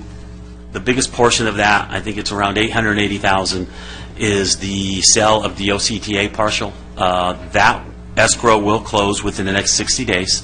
There was not complications, but there was a lot dealing with the gas company on that property and everything else. So in the next 60 days, by probably August, we will fully have closed and received the money on that partial. And then, of course, your ending balance is about $1,063,000. For the people who don't know what that is, that's on, so you're going over El Toro Road, going towards Laguna Hills, and you go over the bridge on the right-hand side. There's that big empty, 3.5 acres? We'd have to ask big piece of dirt. As big piece of dirt. Mayor Pro Tem says there's a big piece of dirt on your right, and we sold that for $880,000. About $880,000. And that will close escrow in the next 60 days. It's taken a little while to get through escrow on that one. And do you know what they're going to put there? Have they submitted plans yet? Kingdom Hall purchased that. We do not know unless Gail could say something of what's going in there. I don't know if they've gotten that far yet. Mayor and Council, it's actually two small meeting facilities, and a parking lot. Look better than a big piece of dirt. Okay, the next thing we'll review is the classification plan and salary schedule. Each year we bring this back to you with the adoption of the budget. This is the updated classification plan, which includes one new classification, 2 classification title changes, some reclassifications, and then the part-time salary and revision schedule. It stays with our current 68 authorized positions, so same as this current fiscal year. We're not increasing any positions in the city. We're just adjusting some positions within the city. And then the fiscal impact is roughly about $1,400, and that's in the proposed budget we're showing you tonight. And then we're also adopting the 2017 to 2022 5-year strategic business plan. We updated the final. This is the final strategic business plan we're bringing to you. I think we've gone through 3 or 4 meetings or more and showed you this at a few of them. It serves as the city's work plan for the next 5 years. There's 41 projects and programs, and there's over $61 million over the next 5 years being spent. So the recommended actions tonight are adopt the fiscal year 18-19 city and authority operating budgets, adopt the classification plan and salary schedule for fiscal year 2018-2019, adopt the 17 to 22 5-year strategic business plan, and approve the renewed major M2 7-year capital improvement program for fiscal year 2018-19 through 24-25. And just to wrap it all up, we have a balanced budget with almost $1.6 million surplus. Our reserves are fully funded. Our infrastructure is funded. And the city is in good financial condition. And I'll turn it back over to the mayor for any questions you might have. Okay, thank you. Any public questions, public comments? No, Your Honor, not from the public. Facebook Live? No, sir. Council, colleagues? I want to talk just briefly about the general fund reserve. I'm wondering how the policy's written. So, for instance, we're transferring out. Do you read the policy as being both a min and max of that percentage, so that we purposefully transfer out? I'm not really excited about the optics of pulling money out of reserves. So. Well, the policy is 40% of revenues, and we're going to bring that policy back to you next year because we think we should do it yearly. At mid-year, when revenues have jumped up because of some development, and it's 40% of general revenue. So when those revenues jumped up at mid-year and we added revenue, we brought more into the reserve policy. But then when you build your yearly budget, it wasn't as much as when it was at mid-year. So that's why you're just pulling a little bit out. So when we bring this policy back to you, we want to just do it yearly at the budget adoption. The policy really never stated to go back at mid-year or not, but it was always a practice here at the City of Lake Forest that from the beginning of time that everybody adjusted. Any time you adjusted that revenue, you would adjust those reserves, whether it was up or down. Okay. So I'm not a big fan of pulling money out of the reserves unless we actually need the reserves. So if it exceeds the 40%, I'm okay with a little bit more being in there. As the budget grows the next year, maybe you're putting in less than you normally would have. If the budget shrinks a little bit, then maybe you need the reserves, or maybe you don't, and it can just be higher than the 4. I'm just giving you my opinion. Yeah, we'll bring so that. when it comes back, I just we were going to bring that that policy back to you. So when we bring that policy, we can have that discussion as a city council. Absolutely. So if revenues are high one year and you put more reserves in there, and then the next year the revenues are a little bit less, the council can make that decision in the policy to say just leave what was in there at the higher level. So yeah, we'll do that when we bring that. That's more of my opinion, and unless you need it, and then you draw down on it. So yes. Okay. Thanks. All right. Anything else? I'll entertain a motion. Move staff recommendation. Second. Mayor, just to clarify, you're moving all of the items? Yeah. A, B, and C. Yeah, Yes, thank 24, you. A, B, C. Okay, and vote, please. That motion carries unanimously. Okay, we just timed that almost perfectly for break time. Let's be back at 8:10.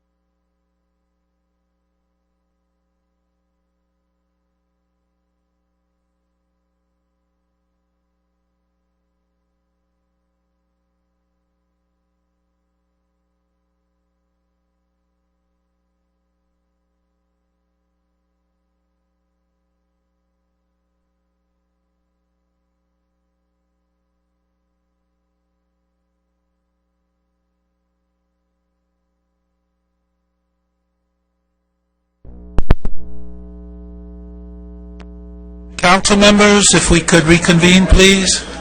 Oh, really? People are really confused. Oh, you're like, I just missed it.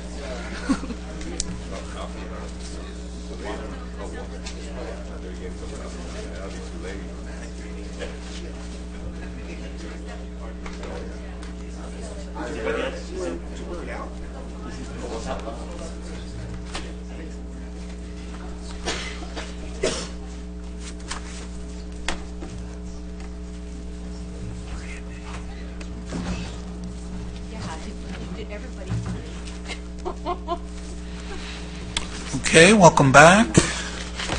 Item number 25, change order and contract amendment for Veterans Park Improvement Project submitted by Director of Public Works. Mayor and members of the City Council, we have a brief presentation from our Public Works Director, Tom Wheeler. Thank you, Mayor, members of the council. As we all know, or remember, during the draining of the improvements at Veterans Park, draining of the pond, we discovered some significant deterioration of the pond wall, and we also the absence of a safety ledge around that pond wall. At the September 5th, 2017 council meeting, we talked about that. Council directed us to move forward with the design and to move forward with completing the wall and renovating the pond in addition to the rest of the park. The initial proposal, due to all the unknowns that were going on out there, was around the $800,000 range. We actually completed the work. The work's done now in the pond for about $590,000. With that work, it really gives the community a fully lined pond, which means no leaks, no future chance of undermining. It's a good, solid design. We also added a safety ledge, which is a flat concrete ledge around the wall. In case people fall in, they can actually have a hard surface to be able to get back out. It's the new safety standard. So we brought it up to standards, made it safe. We hauled out all the excess sediment. So there's a lot of improvements to what we did at the pond. We completed the pond. So obviously, in part of our recommendation is approve the final change order, the associated design support, and the necessary budget resolution is all included in the recommendations. The work is currently ongoing. It's contractually scheduled to be completed by August. I believe it'll probably be closer to September when it's actually done and open and the water's put back into the pond. And obviously, staff's available for any questions you may have, but that's a summary of where we've been and what we want to move forward with. Okay, thank you. Do we have any comments, questions? Yes, Your Honor. Randy Johnson?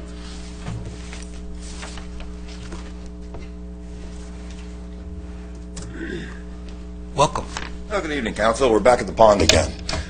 You know, I just had a simple question with regard to who's going to pay for the pond. Now, I know the City of Lake Forest is responsible for it, but I also realized that in the contract, the 1976 agreement that we had with HOA 1, that they're responsible for water quality and also for the water level. And I know Lake Forest was pursuing payment from them at one point in time. I know letters were exchanged, and Lake Forest was asking for money from HOA 1. And apparently at that point in time, it was about a year and a half ago, there was a dispute over it. And I don't know if it's settled or not. They wouldn't give me an answer from City Hall when I put in a public records request. They inundated me and bombarded me with 300 files. That wasn't responsive whatsoever to my question. If that isn't a bureaucracy, what is? So that's what I got in return. Okay. Anyway, so again, the 1976 contract says that they're responsible for water quality. Is the City of Lake Forest pursuing payment from them, or are we stuck with the entire bill, which is going to be, what, $2.7 million now with this change order of $600,000? Are we stuck with this entire bill, or are we going to not just ask, but demand HOA 1 also to contribute a little bit of money for the water quality issue of the pond, which is a big, big matter here, especially with the deterioration of the walls and all the additional work that had to get done. So that's my question to you. I got 300 files from City Hall. I just want a direct answer. Are we pursuing payment from HOA 1 for partial payment of the cost of the Veterans Park? Thank you. Since Mayor Gardner doesn't really know any information about this. I He's got had to less than recuse him. himself. I can't even get files. So. May I ask, Mr. City Attorney, what you can share? Sure, Mr. Mayor and council members. The 1976 agreement remains in place. Lake One Association still has the ongoing responsibility to maintain the water quality in the pond and to maintain the water level at the pond. When the city began construction at Veterans Park, then Village Pond Park, letters were exchanged regarding those ongoing maintenance responsibilities. There's been no change since that time. Any other questions? I do. Let's try Facebook first. Anybody from Facebook? No, sir. Okay, Councilman Boyd. The new safety rim that we have on the Village Pond Park, how far does that extend out? And with the accumulation of muck in that over the years, would that always be a solid spot to step out of the pond from if someone falls in? It's designed to be a solid spot to for someone to step in. I believe it's 8 feet. It's a 8-foot ledge. It's the new standard. Unfortunately, most of those standards come from drowning deaths and things of that nature. So now we got a much safer, newer pond. So as we started in the draining of the pond, we saw how badly deteriorated and dilapidated the walls were, the structure around the pond. So that's why we tore that out and redid that, right? Correct. Once we were able to drain it and look under it, the consultants had never seen anything quite like this before. It was undermined under the footings and came back up on the other side of the wall, so they would have fallen apart soon after opening the new park. So it's somewhat fortuitous that we were able to fix it now with this construction project than being in there later. And the existing depth of the pond didn't have a safety rim on it. Correct. It was an old county 3 mortar blocks high with a little concrete footing. Great. I'm happy with the improvements, and I'm sure it's going to be a beautiful thing. So thank you. I'd like to move staff recommendation. One more question. I'll second it, but I did have a quick question. During the remodel, just want to make sure that Village Pond Park used to receive runoff water into the pond from the lake. Is that now has all been rerouted and it's going through the storm drain, so we will get no more runoff into the new pond? The pond will still receive runoff from the community, not much. Certainly the park drains into it, and there's a V-ditch that goes up behind some of the homes. So it will still receive runoff.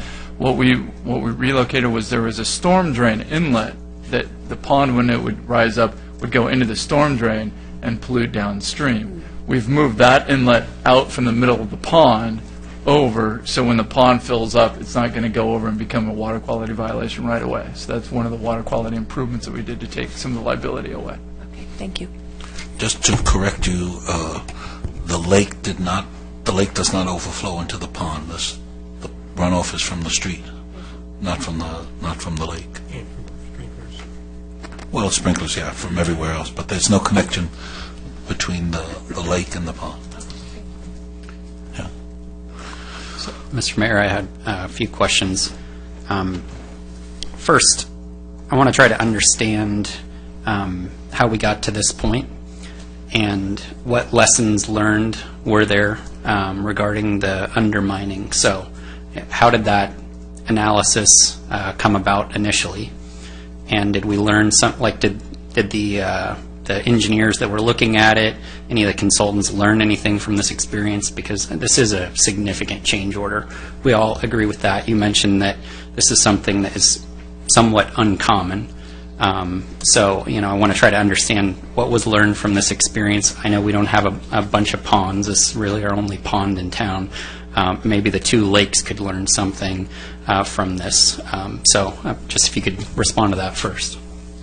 Yeah. Before he does, let me say that it's not uncommon that, as a matter of fact, Mary could, sitting in the back there, could be an expert presenter for us. When these, and I know this from both lakes, Lake 1 and Lake 2, when they built the lakes, they didn't build them with adequate footings. And so what happens is, over time, the water intrudes and goes under the fittings and goes outside into the dirt. And then that saturates the dirt. Ultimately, the walls begin to bend, depending upon how much water gets in there. That's, in fact, such a common thing, as Mary knows, that in Lake 1, they're literally doing it every month, aren't they? And in Lake 2, they've been doing it for years with just this problem. So it's inconceivable to me that the people who, went into that didn't anticipate this, for us, a very common problem with that kind of water intrusion. So I don't know. It's not a rare problem, and why it wasn't anticipated, I don't know. Great question. Certainly we have a 40-year-old pond built by the county, or improved by the county at that point. And you always want more information as a designer. Certainly I've never done a pond project before. The city hasn't done a pond project before. So we rely on our consultants, and we hopefully get the best and brightest out there. From talking to them, and they're here in the audience, so we can ask them the same question. They had never seen this or were aware of this. So the thought to, certainly you couldn't drain the lake beforehand. We talked about that, but that's fraught with other problems, right? Relocation of the pond. And if you remember that time, the timing, we didn't have the whole package together. There was some the communication with the HOA was going on at that time. We delayed that project, trying to work out a deal, and then the city finally moved forward with it. So certainly more information is better than not. Existing conditions are always tough, and that's certainly a lesson learned for me for the next pond project I do, or any water type, retaining wall things. You want that information. You want to find out as much as you can down below. Those are, don't trust anything the county's built. That might be in there too. But it really was a substandard, wall. Now that we looked at, we had plans for the wall. We looked at it, but I didn't anticipate. The consultant said they'd never seen anything quite like that before. So more destructive testing could have been done. That's fraught with other things of starting, and now you've torn up sidewalk to look at it. And in retrospect, that would have been a great idea. But I don't think it was on anybody's radar to really even think to look for that. So I think it's getting the best consultants that we can to do the kind of work and try to figure these things out early. And certainly the consultants here, if you want to hear more. Yeah, and if they could come up, I would love to hear from them just as the experts on this. I appreciate the fact that, okay, maybe the county isn't the best. Again, none of us were really good 40 years ago. I wouldn't have been good at this job 40 years ago, I can tell you that. Not that people think I am today, but that's beside the point. So it's just more of how can we identify the problem that already exists so that we know what we're walking into, rather than a surprise, a change order, something of this magnitude, which is disappointing. I think that if we would have acknowledged it at that time, it still would have been significant costs. I don't know that it would have been the same amount of costs. It might be a little bit higher now as a change order than if we would have known it going in, but it would have been a significant cost nonetheless. So, but we would have had our eyes wide open going in. And so, if this is somewhat of an uncommon thing as far as engineers are concerned, we're not going to do any pond projects, but I think that this would be a good case study or something for you to communicate with some of the other city engineers and public works departments around Orange County or Southern California, so that at least this information gets out and there's a lesson learned for someone who's going to be working on a pond project. But I'll let the contractor speak here. Thank you. My name is Perry Cardoza, Mayor and Council. It's a pleasure.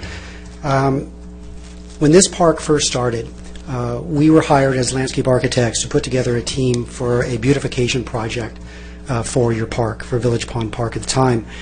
And doing forward, we brought in top-rate engineers, Pace Engineering, as well as Stantec, to help us with the grading, and when it came to the pond, to design a system where we could draw the irrigation from the pond to landscape the rest of the park. We were brought in to reduce your turf footprint.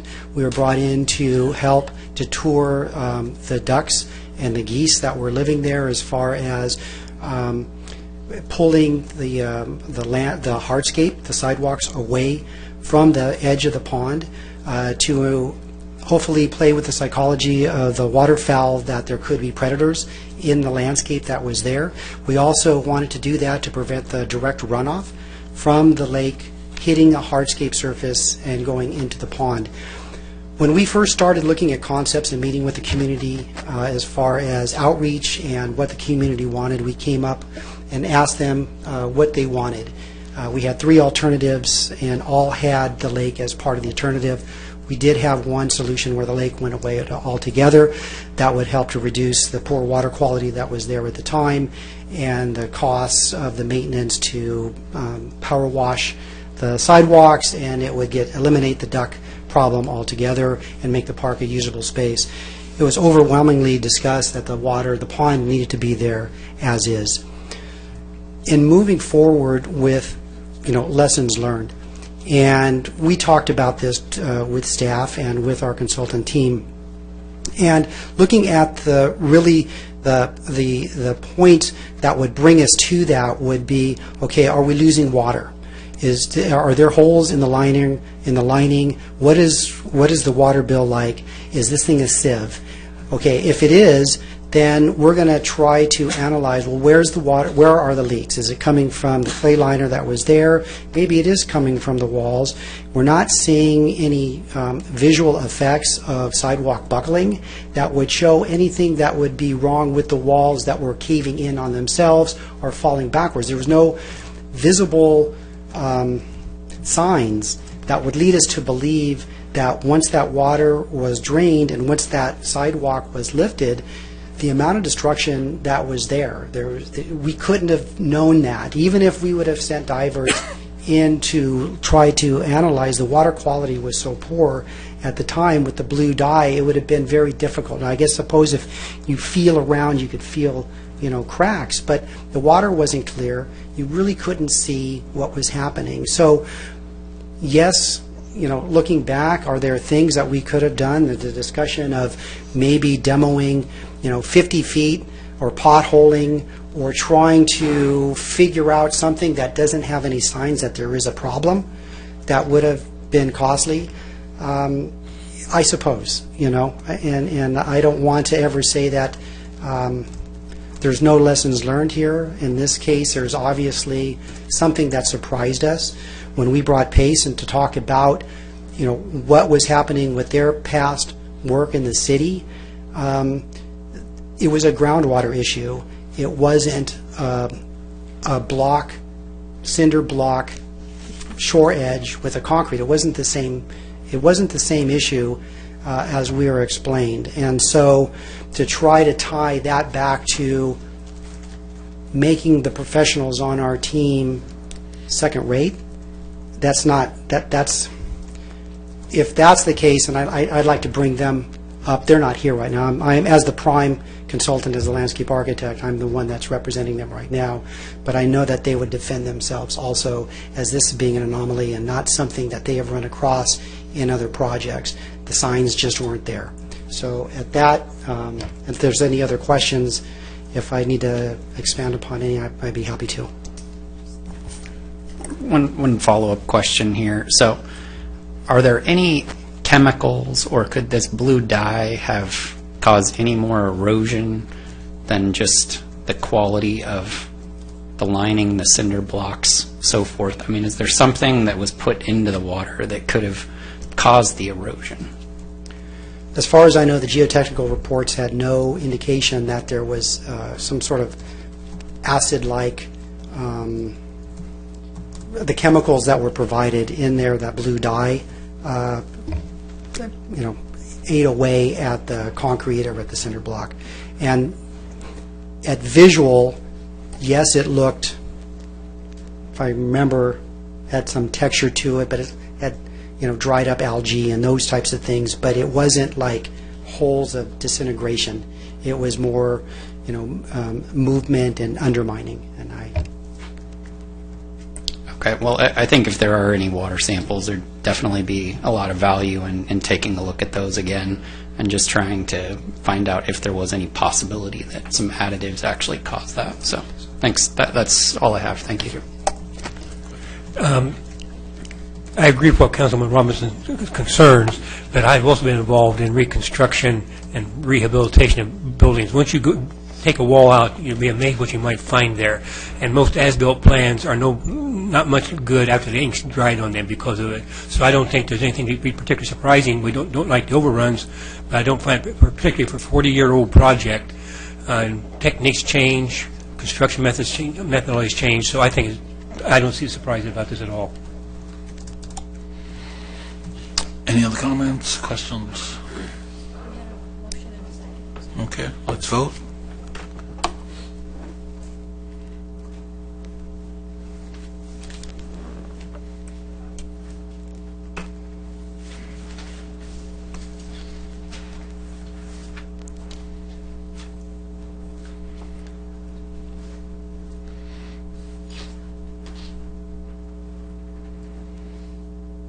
Try it again.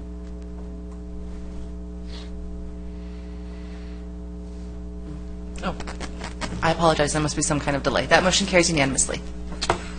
Okay, thank you. Item number 26, Veterans Park Operations, submitted by Director of Community Services. Thank you, Mr. Mayor and members of council. This item really pertains to Veterans Park operations and sort of what happens to the park once it reopens. Okay, we have something behind me here. It pertains to two items, really. One has to do with the enforcement of the wildlife ordinance. Council, you like to remember that in 2015, the City Council passed a wildlife ordinance that prohibits the feeding of wildlife in what was then Village Pond Park.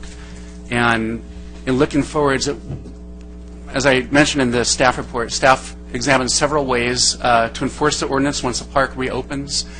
And at this time, what we're recommending is that we take a wait-and-see approach, that we observe and we see to what extent this is still a problem. One thing that we know is that the domestic animal population in the park was relocated as part of the project. So we don't have to contend with what I feel like was the most destructive animal population we had. We know that we're going to have waterfowl and birds visiting seasonally.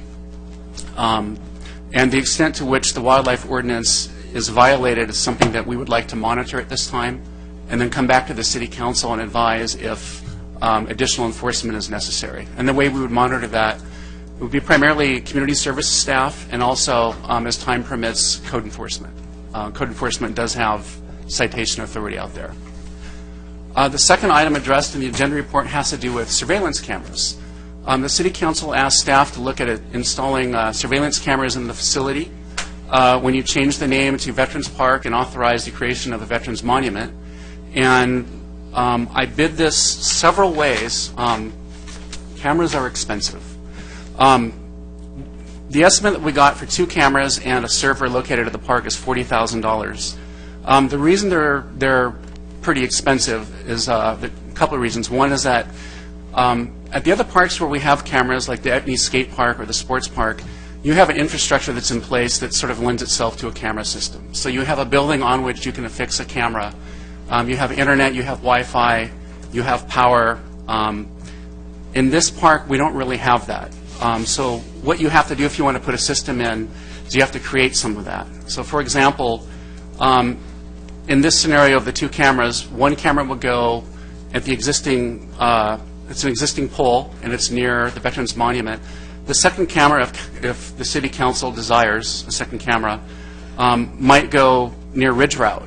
And the purpose of the second camera might be to catch drive-up feeders. So that would be the most egregious type of violation of the wildlife ordinance. The third component of the equipment is really the server. And again, at a city park, you have a sheltered area where you can place a server. It's kept in a closet and it's cool and it's dry.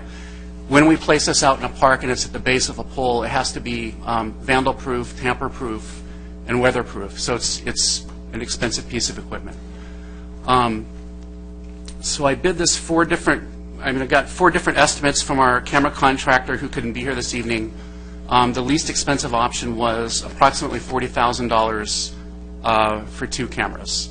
And one of the things, I have the visual behind us here, because one of the observations from the conversion, the camera contractor, was that this park is really a difficult place to install a cost-effective surveillance system. So other parks, for example, that East Skate Park, it has there's one ingress and egress point. It's very easy to capture the vehicles and the license plates coming in and out. This park sits in the middle of the neighborhood, so a lot of folks walk into the park from the surrounding neighborhood. They can park anywhere around the park. What I'm getting at is if there is something, some kind of illegal activity that occurs in the park and we go back and we look at the camera footage, usually the only way to identify someone would be as if we can link them to a vehicle and we have a license plate. And that's difficult to do in this particular facility because it's located in the middle of a neighborhood. The cost of putting in 5 cameras, the cheapest cost was about $90,000. So it's very expensive. So this is why I brought to the City Council the cost of installing 2 cameras, if you wish. One would be over the monument, and the second would be on Ridge Route. That's my presentation, and I'll take any questions that the council might have. Questions? Don't have comments? Okay. Larissa Clark.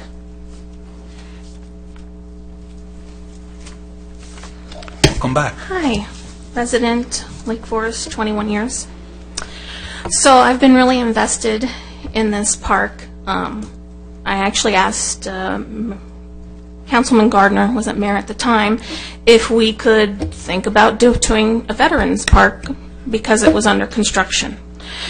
So I'm disappointed about the cost of the surveillance because in all of the public meetings, one of the #1 concerns by all of the residents that attended was the skateboarders, the graffiti, the trash, the mass feeding, the ducks, this and that.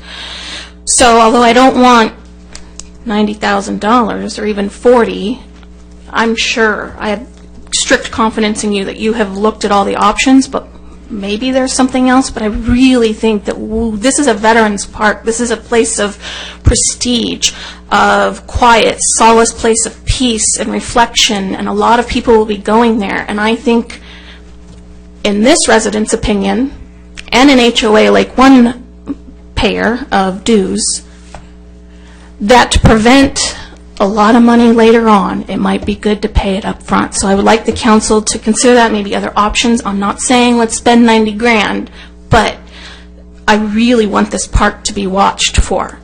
The other request that I have is there another alternative other than like sheriff or code enforcement, because they are so already maxed out on resources, for a different type of service for enforcement? And not even long-term, like could we contract with them 1 or 2 years, and once the word gets out, you know, maybe something like that. I'm concerned about the water quality. You know, I know that we talked a lot about that. I really want to commend Perry with Nuvis because he did listen to the residents, and when he opened up that pond and found the slab leak for the last 30 years, there's no way he could tell that. My only, I guess, grumpy statement would be, Voight, Robinson, you guys are all concerned right now about, oh gosh, it's going to cost them so much. Whoo-wee. Where was this 3 or 5 years ago? You could have avoided it. You could have put the project through on the green light then. When you wait, things cost more. Especially in California, you should know that. Taxes, fees, inflation, gas, you know my favorite subject, taxes. So let's start spending the public funds a little bit more wisely, please. Again, this needs to be a signature park within the city of Lake Forest. And we really, in this resident's opinion, and I attended all of the meetings, they really need to focus on this, please. So please consider my thoughts. Thank you. Time's up. Thank you. Any Facebook comments, questions? I want to say thank you for your indulgence in looking into the cameras and that. But as we move forward, the design of the park, I think, is going to keep the population of animals or ducks and geese from that So I say your recommendations. I would move staff recommendations and move the item forward.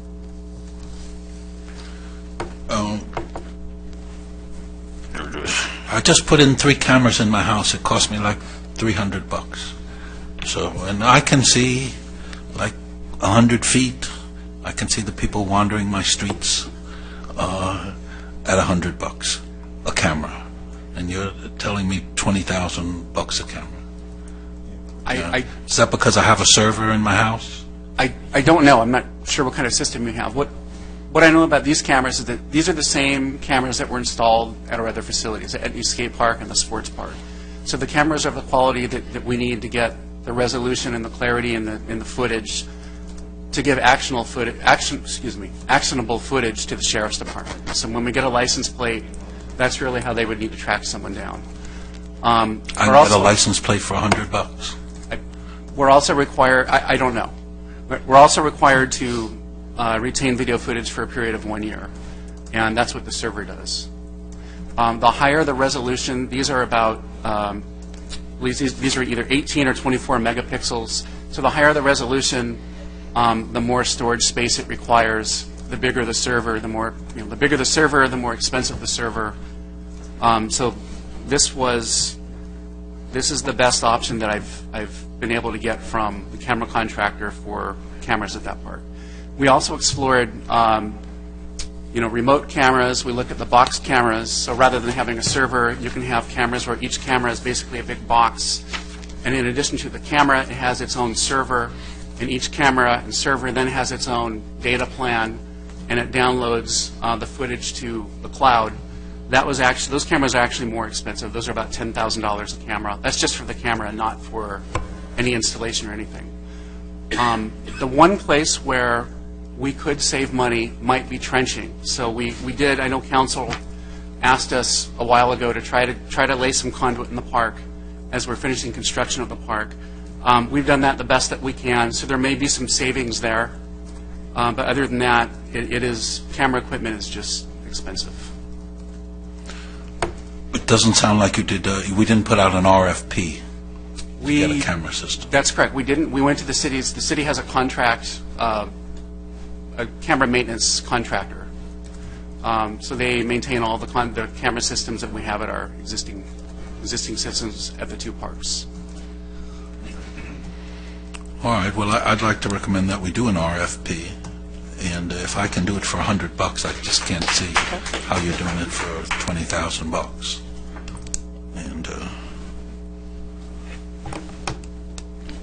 that would be number one. On the wait and see, that's wait and see. That's it's only going to cause problems. We need to get on it right at the start, rather than waiting and see until you got the 50 people showing up with the trucks load of bread. So I would rather see us be proactive than reactive.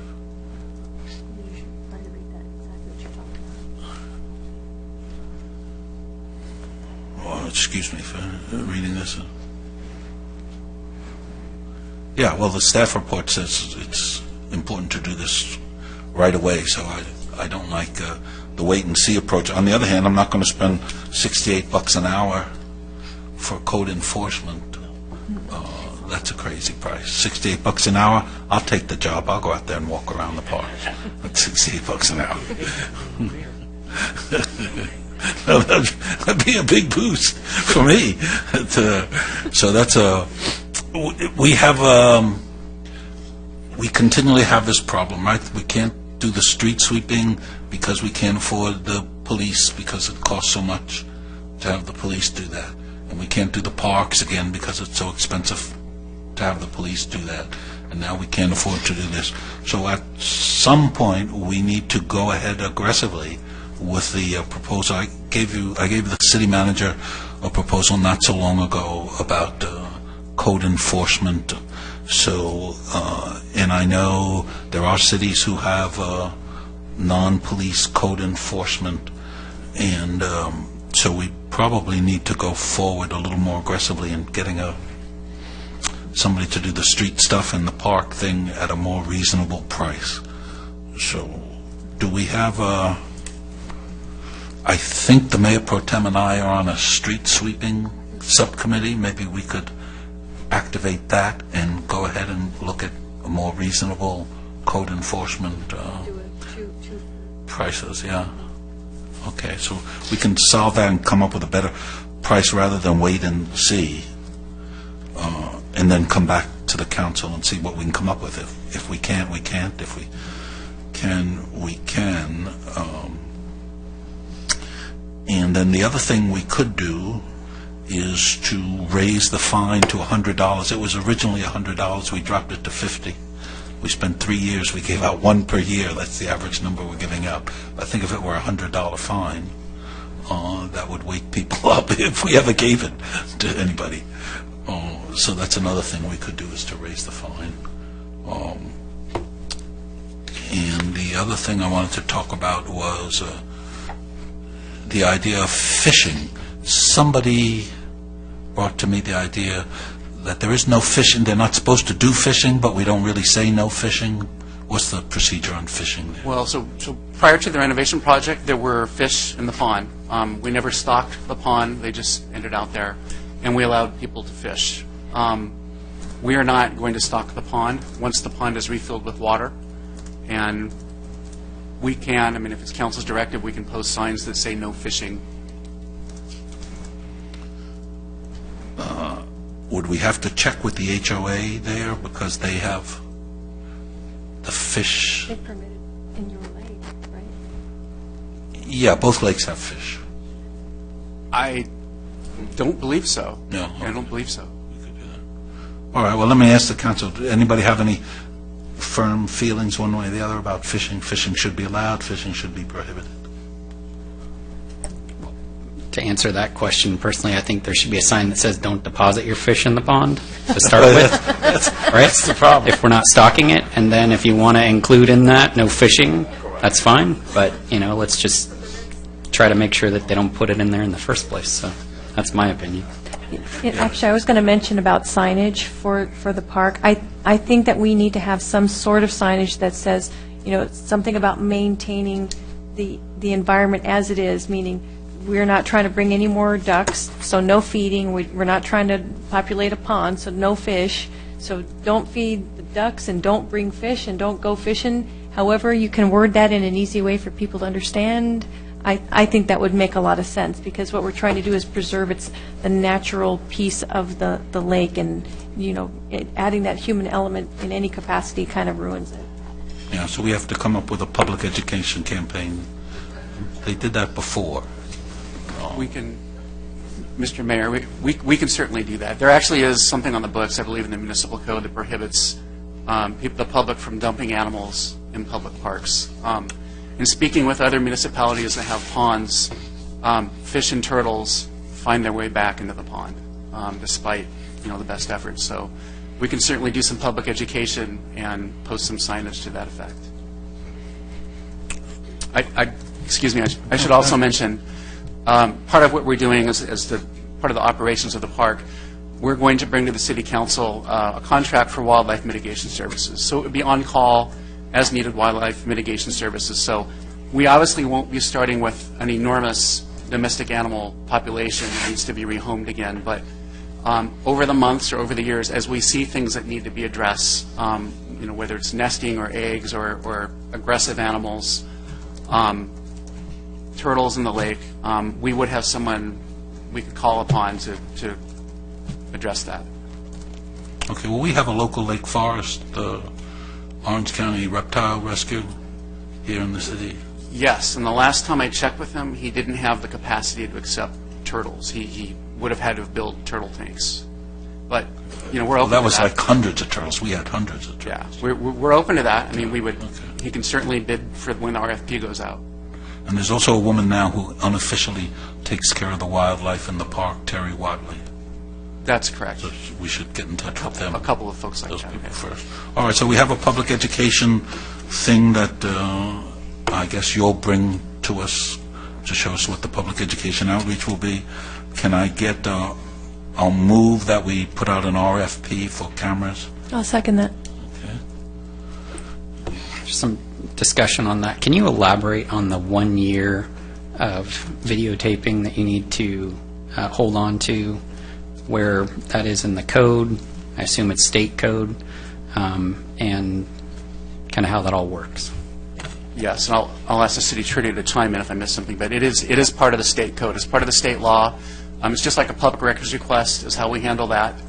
So, for example, if someone comes to us and says, 8 months ago, I was involved in an incident at the sports park. I never reported it, but I would like to check the video footage.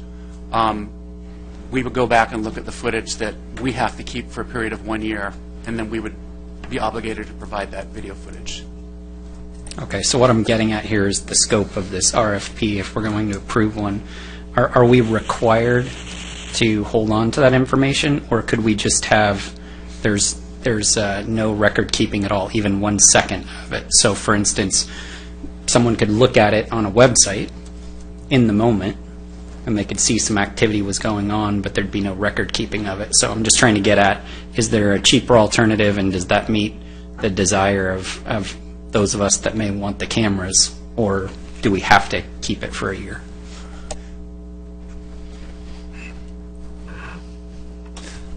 Scott's making eyes at me. Can't figure out why. Generally speaking, the city is required to maintain video footage for that year. There are certain requirements for each type of record. So email has a certain period of time, contracts and those documents, a certain period of time, video footage, a certain period of time. Generally speaking, a year. I say generally because I don't know if there's any case law out there that would allow us to do what you're saying, which is essentially not retain any video footage, so it's not a public record per se. The problem with that, I think, is that once you record, it becomes a public record. Pursuant to PRA definitions. We could look at that if council wants to go forward with an RFP, because that would have to come back to the council anyway and confirm whether or not there's any possibility of having a system where it's not retained at all and therefore there's no requirement for the year. I doubt that's possible. Okay, I'm just trying to get to the $100 camera versus a $20,000 camera, and where some of the disconnect might be, and these are some of the frustrating things we deal with. So we want to do it in a much more economical way for sure. What we do in our home, or I have tons of cameras at my business, but I don't have that requirement to hold on to it. So we usually have about 72 hours to cover the weekend, and then I know what happened. But and so my server space is very limited, whereas holding on to it for a year, now it becomes more significant. I'm guessing that's where some of the cost drives up the quality of the camera. Clearly, there's a difference between the $100 camera and the $10,000 camera, and maybe we don't need the $10,000 camera, but the $100 camera wouldn't provide us enough. I see tons of grainy Ring videos all over town when someone's house is burglarized, and most of the time you can't make out the face of the person that's at the front door, even though they're 5 feet from the camera or whatever it might be. So, I want to make sure that if we're going to have one, it's good enough so that it actually provides us some actionable, video footage there. But, I'm really concerned about the cost. Understood. Yeah, I get free for a week. They hold it for me for a week. And if I want to keep it for a year, it costs me another $100. So just, again, I'm not get no commission if we buy that system. But yeah, those are it's got to be able to record. It's got to, for the people, the vandals, we've got to be able to get faces. We've got to be able to record it for a year. It's got to be able to get license plates. So when you're doing the RFP, those are the kinds of things it needs to do. Sure. Can I ask, just for some direction from council, so if we're going to go out for an RFP and bid this out, are you looking to capture all areas of the park, every vehicle that parks on every street, on Elron, on Respite, on Ridge Route, or are you just looking to capture the main areas of the park? Because there would be a great difference. Unless I'm wrong, and there's a couple of park people out there in the audience, unless I'm wrong, my experience of going past the park, which I do on quite a lot, is that the people, nobody cares if a grandmother is given, a piece of bread. It's the people who park right at the center and open their trunks and have a trunk full of breadcrumbs. So that's the main area, and it's, unless somebody knows better than I do. That sounds like on Ridge Route. Yeah, on Ridge Okay. Route, Okay. where the normal entrance is now, they park within, well, if there's one there, then the other one parks there, but that's pretty much the area that has to cover. They don't walk in, generally speaking, with the bags, they just do it right from there. Okay. That's about 20 different people that I've seen over the years who do that. So I'll certainly, we'll get some estimates from other companies for this. And one of the things you can see behind me is that even the camera that's pointed on Ridge Route likely would have a limited range. So, for example, it wouldn't catch someone who drives up to the far end of Ridge Route, near what would be the Butterfly Garden. If they got out of their car and dumped a bunch of bread, I don't know that would capture the license plate, which would mean now you're looking at a third camera. Yeah, well, the ducks and the geese, they don't hang out there. They kind of hang out.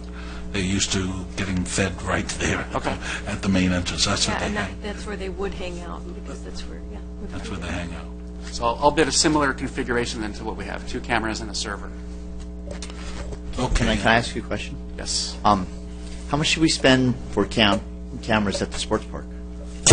It's in the staff report, I know. $300,000? I believe it was, 36 cameras, $223,000. At East Skate Park, it was 11 cameras, and it was $37,000. And are the cameras at the sports park high quality? They are. What?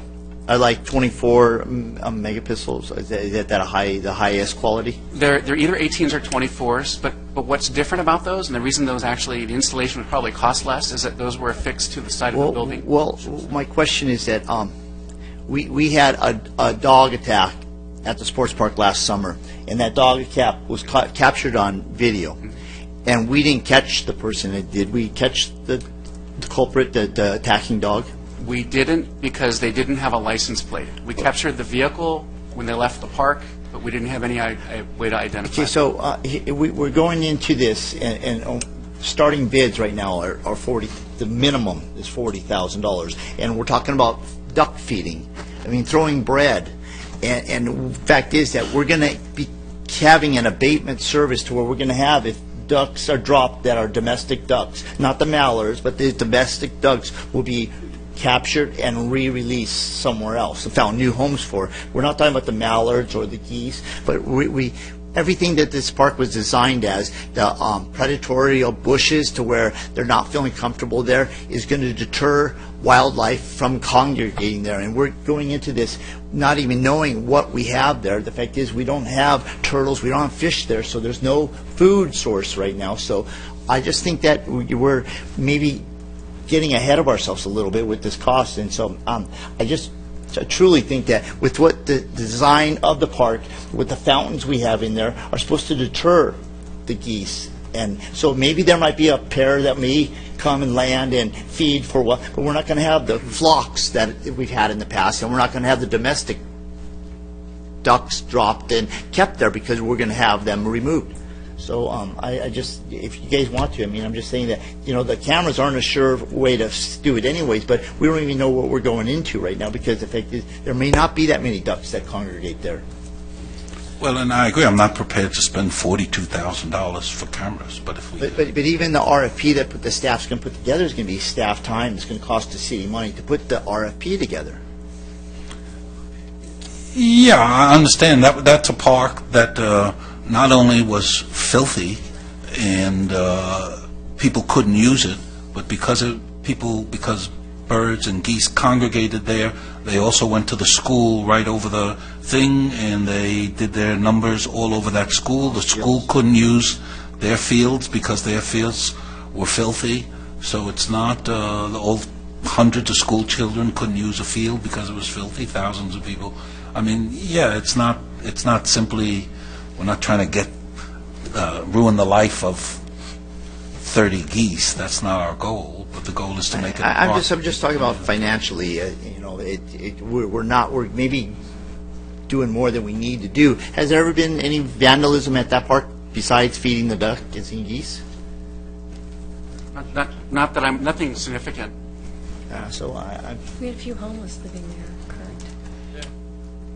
There's some homeless there, but yeah, there's not that much to vandalize. I guess the committee that Larissa was talking about, they were worried that that new Veterans Memorial thing would provide a place where people might want to mark it up, and then, you know, having the camera there is preventive rather than waiting until somebody was spending like I don't know, $15,000 per monument there, per thing, and somebody messes one of them up.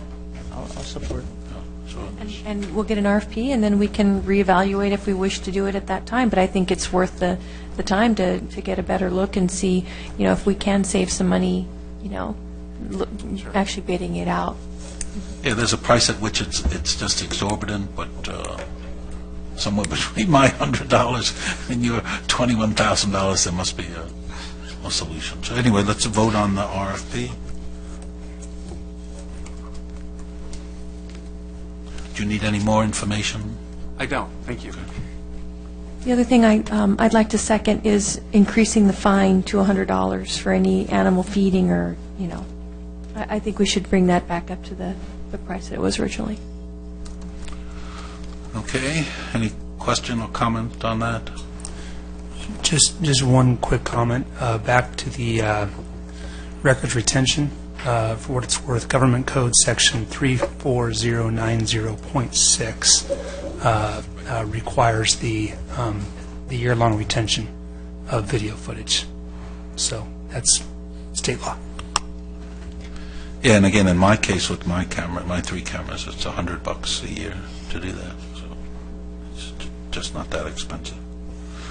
All right, so the motion on the floor, I guess I made the motion, you seconded it, is to raise the fine back to $100 from $50.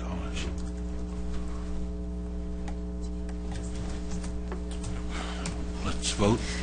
Mayor and members of the council, on that one, could you direct us to bring back the ordinance that sets the fine, and then at that point, you can discuss, and that way there's plenty of public notice that you're going to be discussing that fine. Okay, what she said.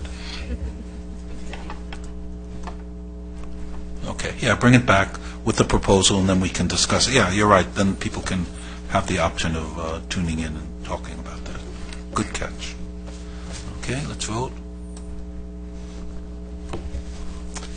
That motion carries with Councilmember Robinson opposed and Councilmember Voigts abstained. Okay, item 27, resolutions pertaining to the general municipal election to be held on November 6th.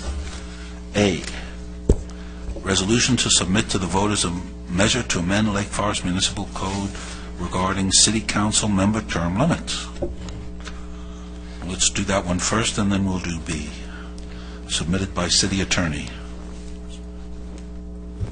Mr. Mayor, item 27 is actually an item on its own before we get to A.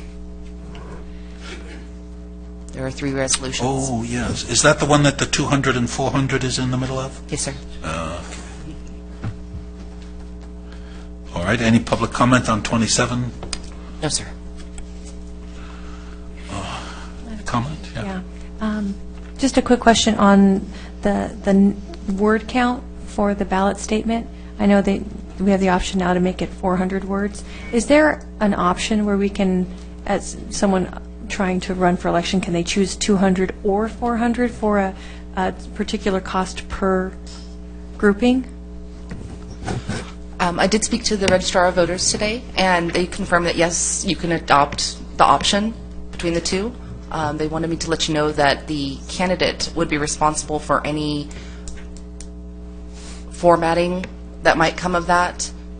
So the price increase, the estimates that they provided could not be relevant if that were to happen. I would like to make a motion that we give that offering to whoever's running for candidacy, that they can choose if they want to do 200 words or 400 words at their personal expense. Yeah, I'll second that. And that came to me, that was a suggestion that came to me from someone who was not an incumbent, who said they might benefit from having more space. And I like it that if people can choose, maybe some people just don't have as much to say, so they should be able to choose how many words they pick. So, yeah. All right. Were there any public comments Not on this item. on no. 27? Facebook, nothing on 27? No, sir. Blank, all right. That's your motion, I'll second it. Let's vote on someone being given the option of 200 or 400, and whoever that is must incur the costs, whatever that is.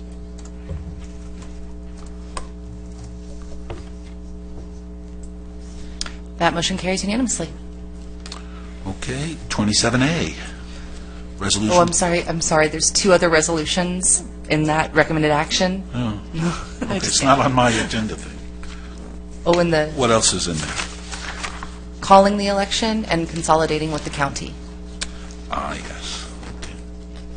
I'm working from the city clerk's cheat sheet, and her cheat sheet didn't have that I'll on. move the remaining recommended actions on item 27.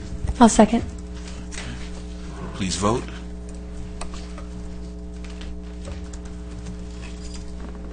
That motion carries unanimously. Thank you. Okay, A then is the resolution to submit to the voters a measure to amend Lake Forest Municipal Code, section blah, blah, blah, regarding city council member term limit, submitted by city attorney. Thank you, Mr. Mayor, council members. This is the final step in previous action taken by the council to place on the ballot a resolution regarding term limits. The council, as noted, previously directed staff to prepare a resolution to submit to the voters a measure that would set term limits at 2 consecutive 4-year terms. The resolution attached to agenda item 27A would place on the ballot the requested measure. Staff's recommendation is to approve the resolution and place on the ballot this measure. Happy to answer any questions the council may have. Any questions from the public? No, Your Honor. Facebook Live? Council? Move staff recommendation. I just have, I'd like to make just one minor amendment. I would like to take the word consecutive out, because maybe somebody wants to run for one term and then, 5 years later, 6 years later, change their mind and they want to run again. So take the consecutive out. I'll second that. All right, let's vote on that first, and then if that passes, then we'll vote the whole thing. So we're voting now on whether or not to delete consecutive, therefore, for 8 years total. Total of 8 years. Total of 8 years, however you do it. Okay, vote please. That motion carries unanimously. And now we're voting on whether to do it or not. I will second that. Okay. Vote please.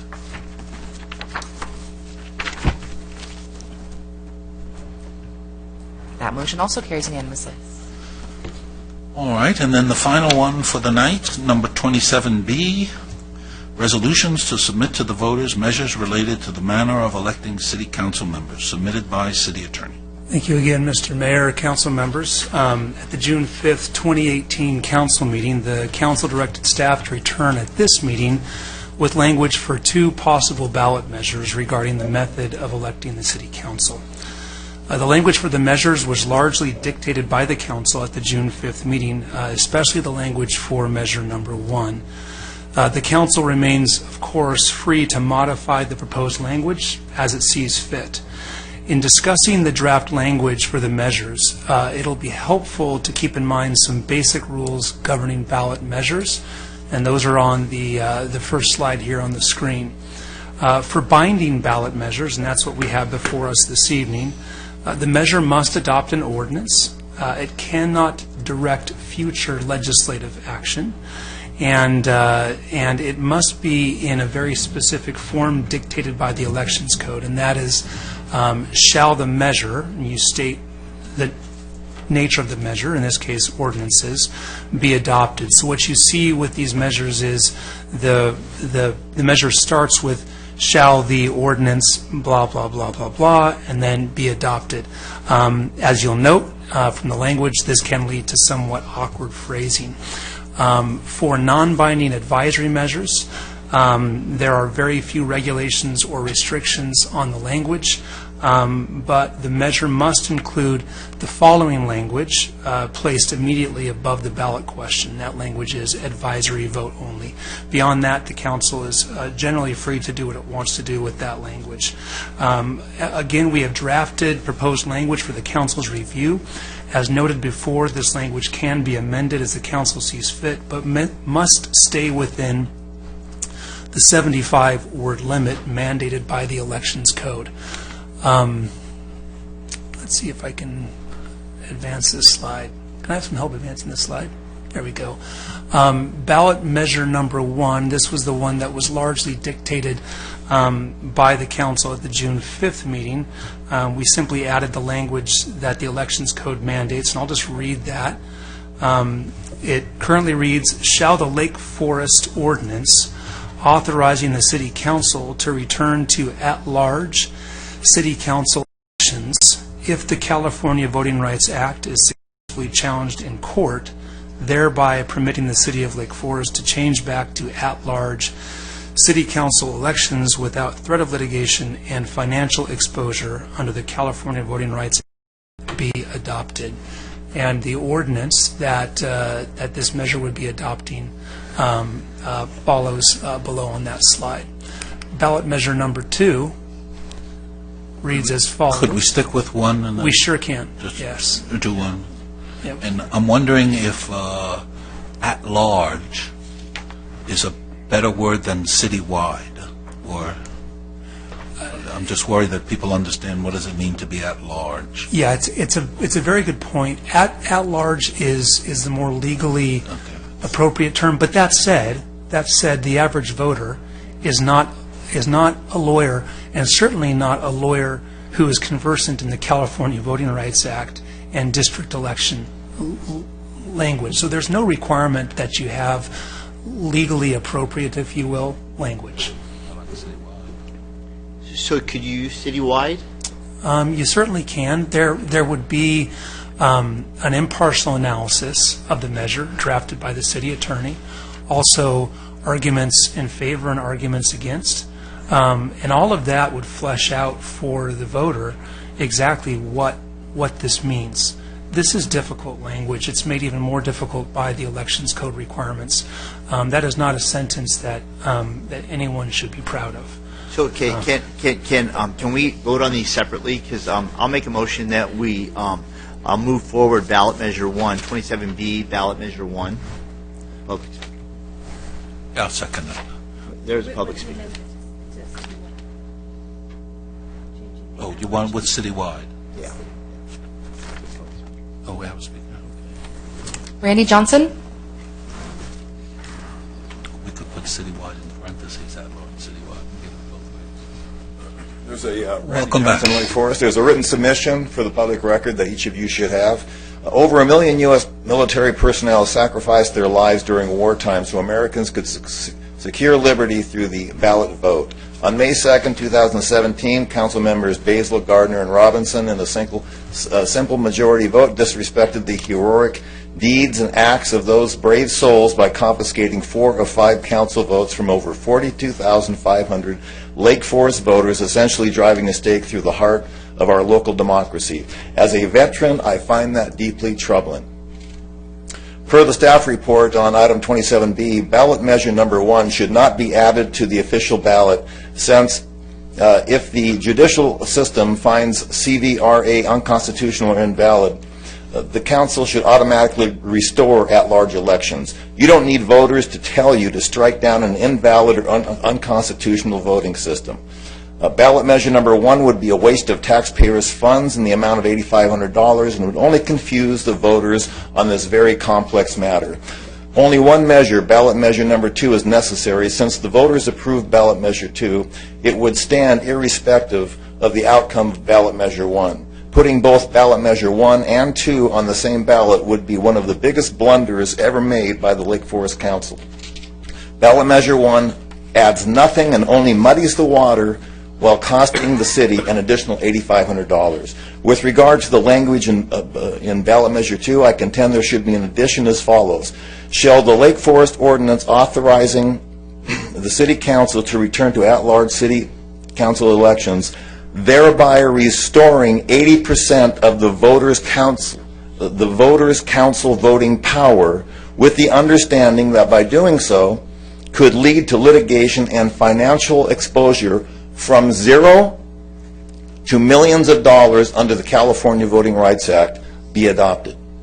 If the ballot measure language warns voters of the potential losses in dollars by challenging district elections, it should also inform the voters of potential gains for more votes by approving the measure and restoring at-large elections. Let's be fair with full disclosure. You have no idea how much of any litigation would cost the city with your crystal ball predictions, since you can't foresee future outcomes. So by mentioning millions without a lesser value, you're planting a biased seed in the minds of the voters. Most cities that challenged the CVRA did not pay in the millions.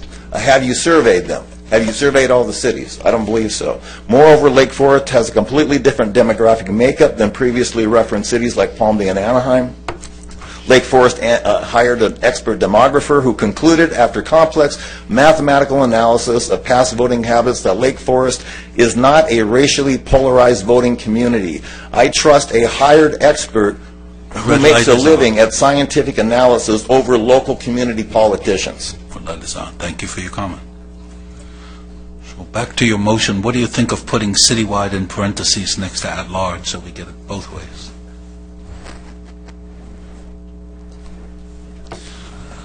Oh, I think we're well within the 75 word limit. So we could add citywide along with that large, make it a legal phrase. And to the speaker's thing, I kind of feel like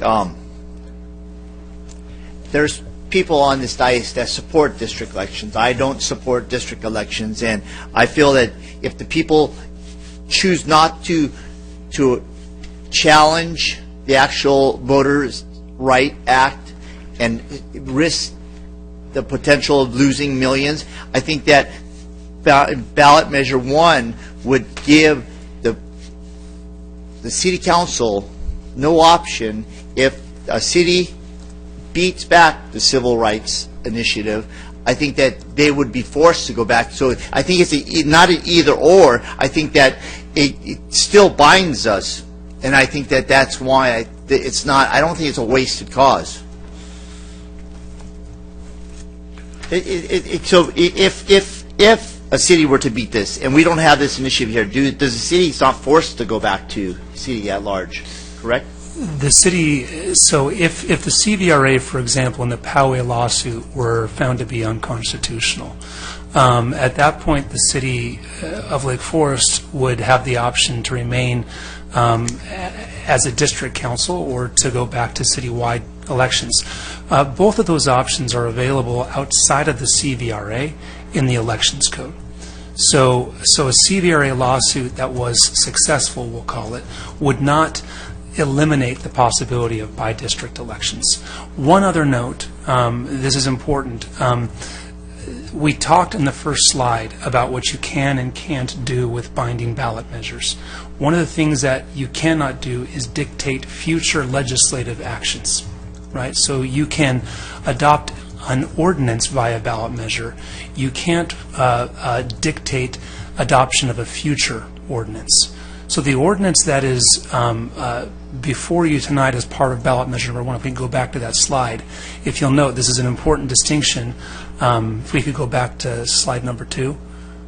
The ordinance, I'll just read that. If the CVRA is successfully challenged in court, thereby permitting the state of Lake Forest back to large election financial exposure, the city council, this is important, may adopt a subsequent ordinance, because the council cannot be bound in the future by a binding ballot measure. So all the council can do with this ballot measure is adopt this ordinance, which then allows the council in the future the discretion to transition away from by-district elections, which is a qualitative difference between measure number 1 and measure number 2. So measure 1 isn't a binding. It's binding in terms of the way that it's drafted, but you cannot bind a council to take a future legislative action. The only thing you can do is adopt an ordinance in real time, right? This measure can only adopt this ordinance. It cannot force adoption of a future ordinance. Or the future, if a city or municipality feeds back that. That's correct. It cannot. What's happening here in legal terms is you have a condition precedent, right? So the condition precedent, right, the condition that has to precede the adoption of the future ordinance is a CVRA being deemed unconstitutional. And what the council has wanted to do was to say, if that happens, then the council shall adopt an ordinance transitioning back.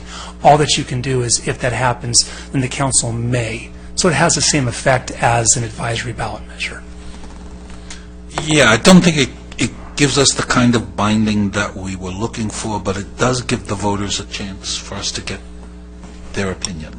So, I do a poll and it says one thing, and somebody else does a poll and does another thing, and your people say one thing. So right now we have lots of differing opinions. This isn't going to be the solution we thought it was, but at least it would be, we could all look at that and say, okay, 44,000 people, registered voters, and this is what they want. So I think that's the only advantage that it has. So, until such time that the communications department gives us a mobile app that people can vote automatically, and we're able to do that, which we're not quite at that point yet. So it's not.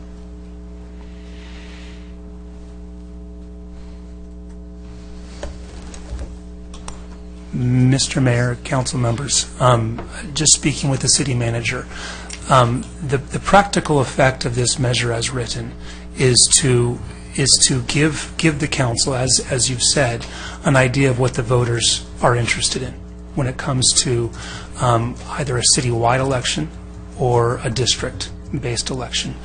If the council would be interested, this is difficult language. It's convoluted language. You can get to the same point by having much more clear language with an advisory measure. You can go either way. I and Deborah have absolutely no dog in that fight. But one option to consider is to have an advisory measure that has stronger language that cuts out the fluff that's required by the elections code. Again, it gets you to the same place as this ballot measure does. Can you read to us what you would envision on an advisory? If we were to switch it to just an advisory, how would you word that? You can use mine.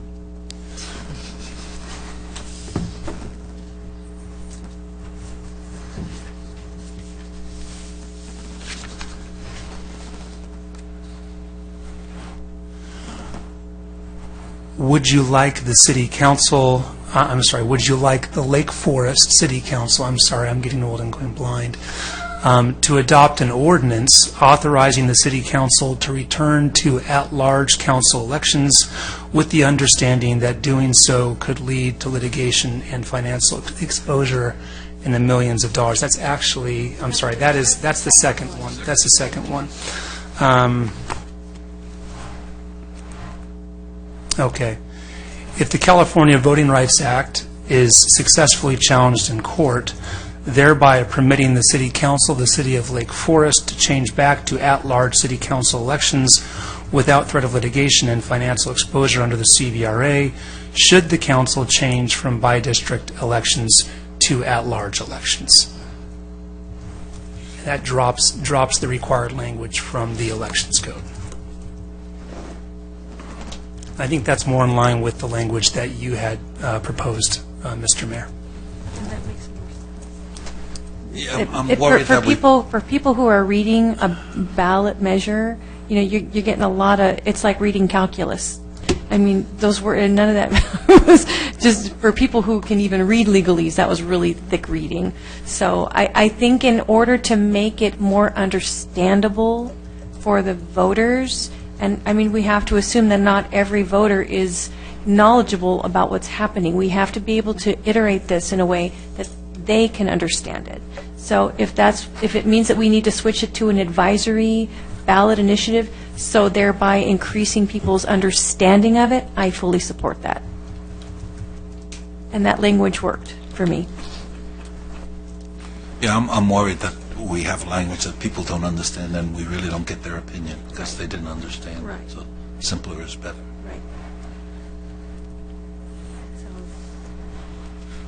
But it's, yeah. Since that's not going to be a binding measure anyways,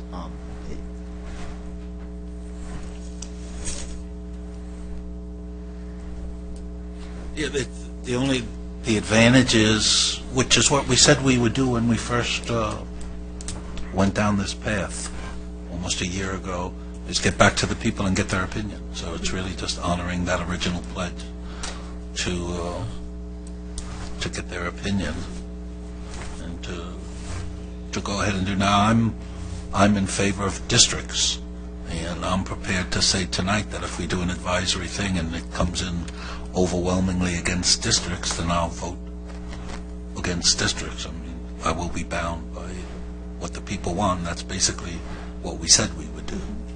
So, Yeah, and I completely agree. That's the purpose, is to get the people's opinion, but we want to make sure that they understand it so we can get their opinion. right. Any other comments? All right, then. I just remain opposed to this particular ballot measure, but I'm not going to elaborate any further than the last one. And you're the one who insisted that we do this 9 months ago, more than anybody else. And I have a subsequent ballot measure verbiage that I would prefer, which is number 2, so I'm not supportive of number 1. All right, well, we'll get to number 2 after we do number 1. So what you had read to us, was that city attorneys or was that mayors? That's the city attorneys. Let's just make sure that the council is clear on the language, and that you approve the language before we go forward with this. So I'll just read this one more time very slowly. If the California Voting Rights Act, parentheses, CVRA, end parentheses, is successfully challenged in court, thereby permitting the City Council of the City of Lake Forest to change back to at-large City Council elections without threat of litigation and financial exposure under the CVRA, should the council change from by-district elections to at-large elections? Question mark. What do you feel about putting citywide versus at-large? In parentheses. In parentheses. So after at-large, we'd have a parentheses, citywide. Yeah, both at-larges. Perfect. I'll make a motion that we approve that language. And is that motion also to approve the resolution as amended with this language, which would eliminate the ordinance and put this language in place of the ballot measure language in the current ordinance? Yes. Okay. I'll second that. Any more discussion of that? Okay, let's vote.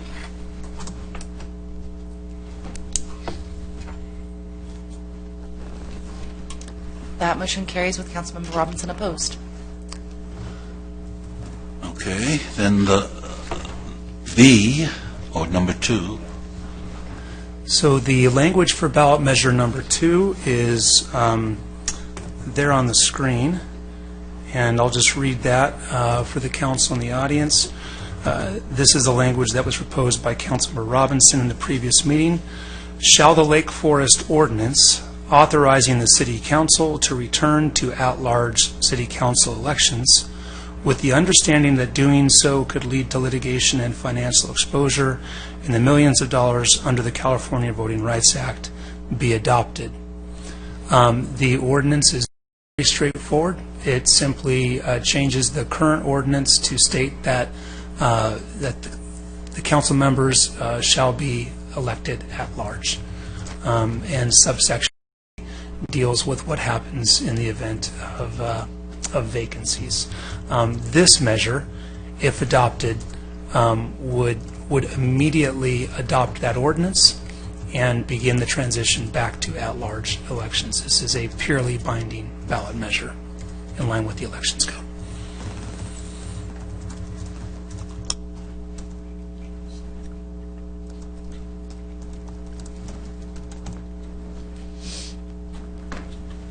Effective when? Well, the first at-large elections would begin in 2020 when the next council seats are open. So you'd have a situation where you have 3 council members who were elected by district, and they would serve their 4-year terms. And when they are up for election in 2022, they would be elected at large. So wouldn't it make sense to add 2 things? The first one would be third line, that doing so could lead to potential litigation, because we don't really know. We don't know if it's going to lead to litigation or not. It could be, yeah. And then also maybe mention in there something about it would be effective with the 2020 election. Because if people are reading this and they're thinking, oh, does this mean it's going to be immediate? People need to understand that it's going to take effect at the next election cycle.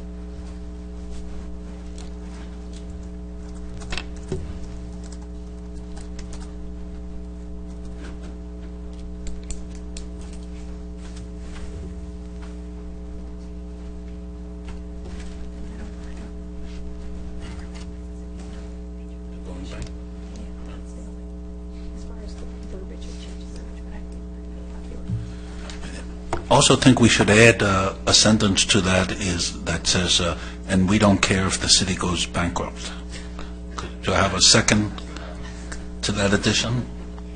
No? No second to that? Oh, okay. Well, I'll withdraw it.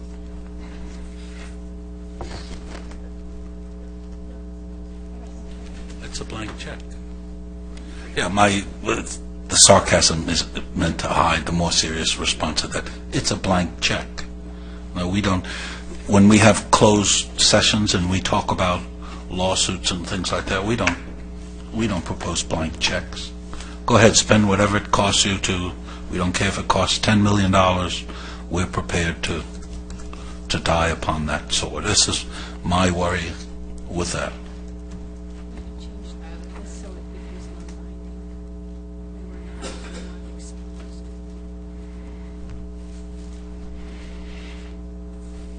Yeah, that is, Mayor Pro Tem's handed me a piece of paper that says, would you like? And then the rest is pretty much the same. Be non-binding.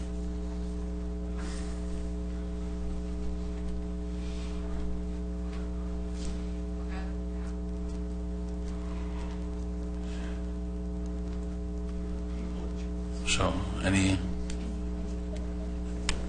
did No, we Your have Honor. public comment? Did we have Facebook Live? No. Okay. Yeah. How much, what's the worst case scenario that cities have spent money fighting this thing? Worst case at this point, I believe, is Palmdale. I don't recall the exact amount. The settlement was around $4 to $5 million in attorney's fees paid to Mr. Shankman. They paid their attorneys, I believe, upwards of $3 million. As we discussed at the last meeting, Santa Monica has expended between $4 to $5 million to this point. They'll be in trial at some point in the next year, so their fees will continue to increase. Modesto was less than Palmdale, but it was still in the millions of dollars. What if you put a cap on it, on the ballot measure? I don't think you can. Could we do that, like a potential litigation up to X million dollars? That way, we're not suing it till we're bankrupt, but we cap it, so fight the good fight with how much ever money the voters authorize. But if it costs us $15 million to fight this, I mean that's 25% of our yearly budget. I mean that's a lot of money, and we don't really know it. No one's ever seen it go all the way to trial and resolution. So I mean, we're facing, who knows, $10-15 million. That's a lot of money. No. Problem with a cap is then you kind of reveal your strategy. If you say the cap's $1 million, and the guy on the other side says, "Okay, I'm going to depose you to the $1 million," and then you got to drop out, even if you were. Yeah. So I wouldn't want to. I know what you're saying. I'd like to have a cap, but I certainly wouldn't want to publicize the cap. This one's tough. What's going on with the Mission Viejo refusal to sign? Mission Viejo has been sued by Mr. Shankman. There's really nothing going on there right now. I don't believe that they have answered the complaint yet. I'm not entirely certain about that, but that is there are miles to go in that case. They're pursuing alternative voting methods, including cumulative voting, which was attempted elsewhere in Santa Clarita. I think they're hoping for a different outcome, a different opinion from the Secretary of State. But we won't know what happens in Mission Viejo for quite some time. There are other cities like Huntington Beach that received letters. There's been no lawsuit there. So the lawsuits that are ongoing are in Santa Monica. That's hot and heavy. Mission Viejo is kind of in the beginning stages. As far as the Southland goes, that's pretty much it at this point. And then Poway, of course, down south, but that's a different kind of lawsuit.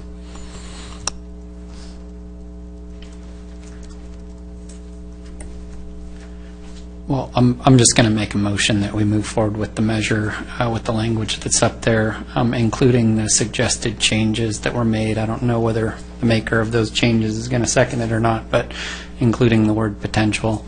There's some other stuff that I'd like to add, but I don't think that I'd get the support to do it. So I'll just make the motion that we adopt the language as is. What I would like to do, though, I think for consistency, is include citywide in parentheses after at large. Since we're doing the prior motion, we should keep consistent there, and then include that word potential prior to litigation. I'll second that.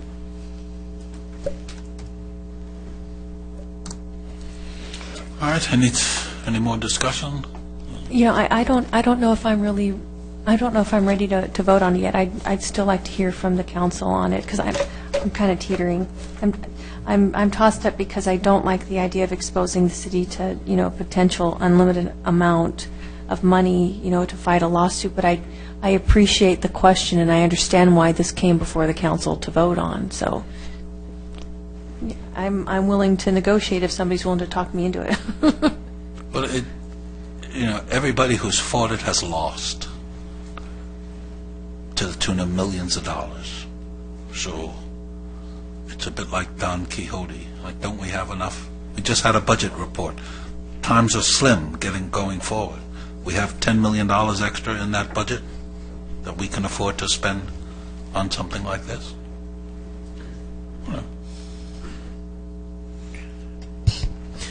You would probably start digging into your remaining fund balance in the general fund, and then you would have to start digging into the reserves.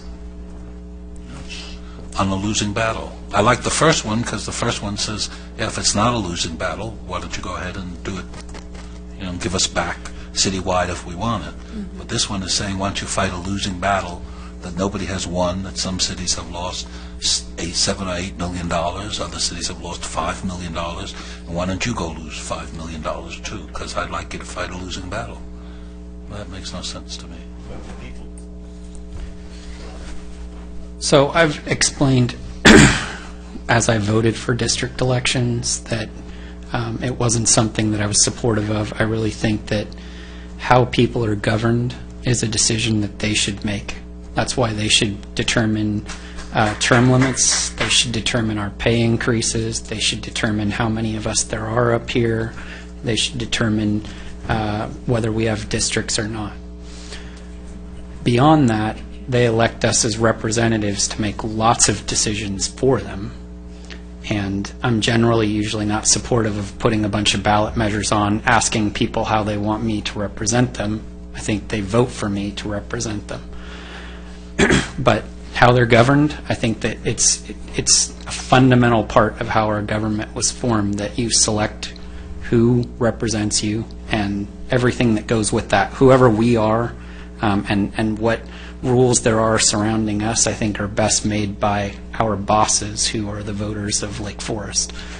So that's the reason why I've moved forward with this. And like I said before, the reason why I voted for districts was because from my perspective, from my interaction with residents, I felt like the vast majority of residents didn't want to spend millions of dollars. When someone would come up to me and say they didn't like districts, I'd ask them how much they were willing to spend to fight it. And, depending on the person, it was thousands of dollars, tens of thousands, maybe hundreds of thousands. Rarely would someone say, yes, I'm willing to spend millions. But, I said, okay, I voted for it. I was the third vote and been criticized for it plenty of times. But if the majority of residents are willing to say, yes, we're willing to spend millions of dollars to fight this, then my vote would have changed. If they would have told me that ahead of time, I would have been the third no vote, and we wouldn't have districts on the ballot, and we'd be in litigation right now. Because that's what the residents would tell me they want to do with their money. It's not my money, it's their money. I mean, it's 1/80,000th of my money, but it's their money. And if they want to spend it that way, whether I think that it's a waste or not, that should be their right. So that's the reason why I've put this forth. There's a high probability, I'm not going to explain how I'm going to vote at this point, but there's a high probability that I might not vote for this, even though I'm pushing the language here. Because, again, that was my vote months ago, was that I didn't want to spend millions of dollars. But if 50% plus one want to spend it, okay, well then, I have some information that would have guided my vote months ago, and it would guide my vote moving forward. So that's about the best that I can explain. I've mentioned it before, but happy to reiterate it. Thank you. That really does help, to put in perspective. And you say it that way, you're probably right. When it goes before the voters, I'd say probably most people would say we don't want to spend millions of dollars, but you're right. Maybe we do need to ask that question. I'm ready to vote now. Okay, we ready to vote? Let's vote.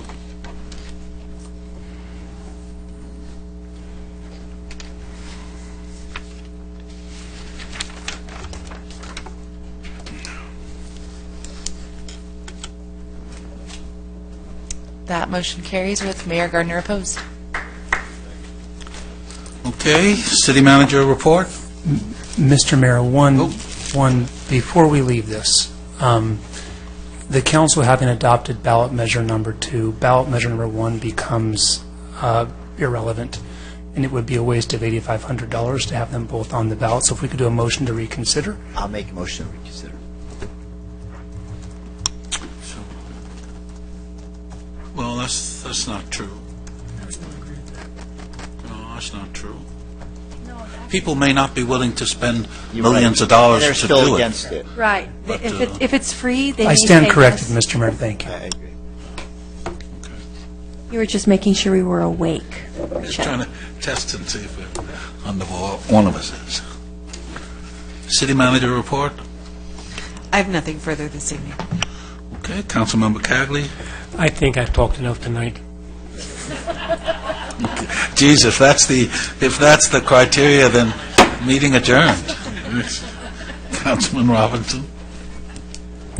Hope everyone has a nice evening. Councilmember Boyce. I have nothing further. Mayor Pro Tem. I have to say, I'm really proud of the council and the decisions that we made tonight. We made some pretty important decisions that are going to affect our city and its future, and I think we've done well. So I'm very proud of that. And the other thing, on a side note, I don't know if all of you know, but Mr. Scott Wasserman just got married. Oh. Yeah, he went down. Tell the story, because it's just so cute. Just tell the story, please. Let's embarrass you. Go ahead. Where to start? So, went on vacation. Yeah, went on vacation for Memorial Day weekend, got engaged. We've been together for about 4 years, so we knew this was coming. It wasn't a surprise. Put a lot of thought into it. By the next week, the condominium was in escrow, and then I'm scheduled to move, the big move, this coming Saturday. So it's been, yeah, it's been great. And we actually got married down at the courthouse in Laguna Hills. It's very cute. Or the, not the courthouse, but the county clerk's office. It was all a big surprise. I mean, I knew it was coming, but I thought there was going to be like, you know, a wedding. So I just want to say congratulations to you, and I'm really happy for you guys. Carmen's a great lady. Thank you so much. Congratulations. Thank you so much. And everyone have a nice evening. I'll be very brief. There's June the 29th, they're having a career workshop here, and those of you looking for a job or looking to change careers should take advantage of that. June 29th, that's a Friday, and on Sunday, July 1st, the Pet Adoption Center is having their anniversary at the Adoption Center in the Muirland Shopping Center, and that's at 2 o'clock, and then at 5 o'clock they're having a fundraiser that night at Lake One Clubhouse. Thank you all for being here, and I'll see you in 2 weeks.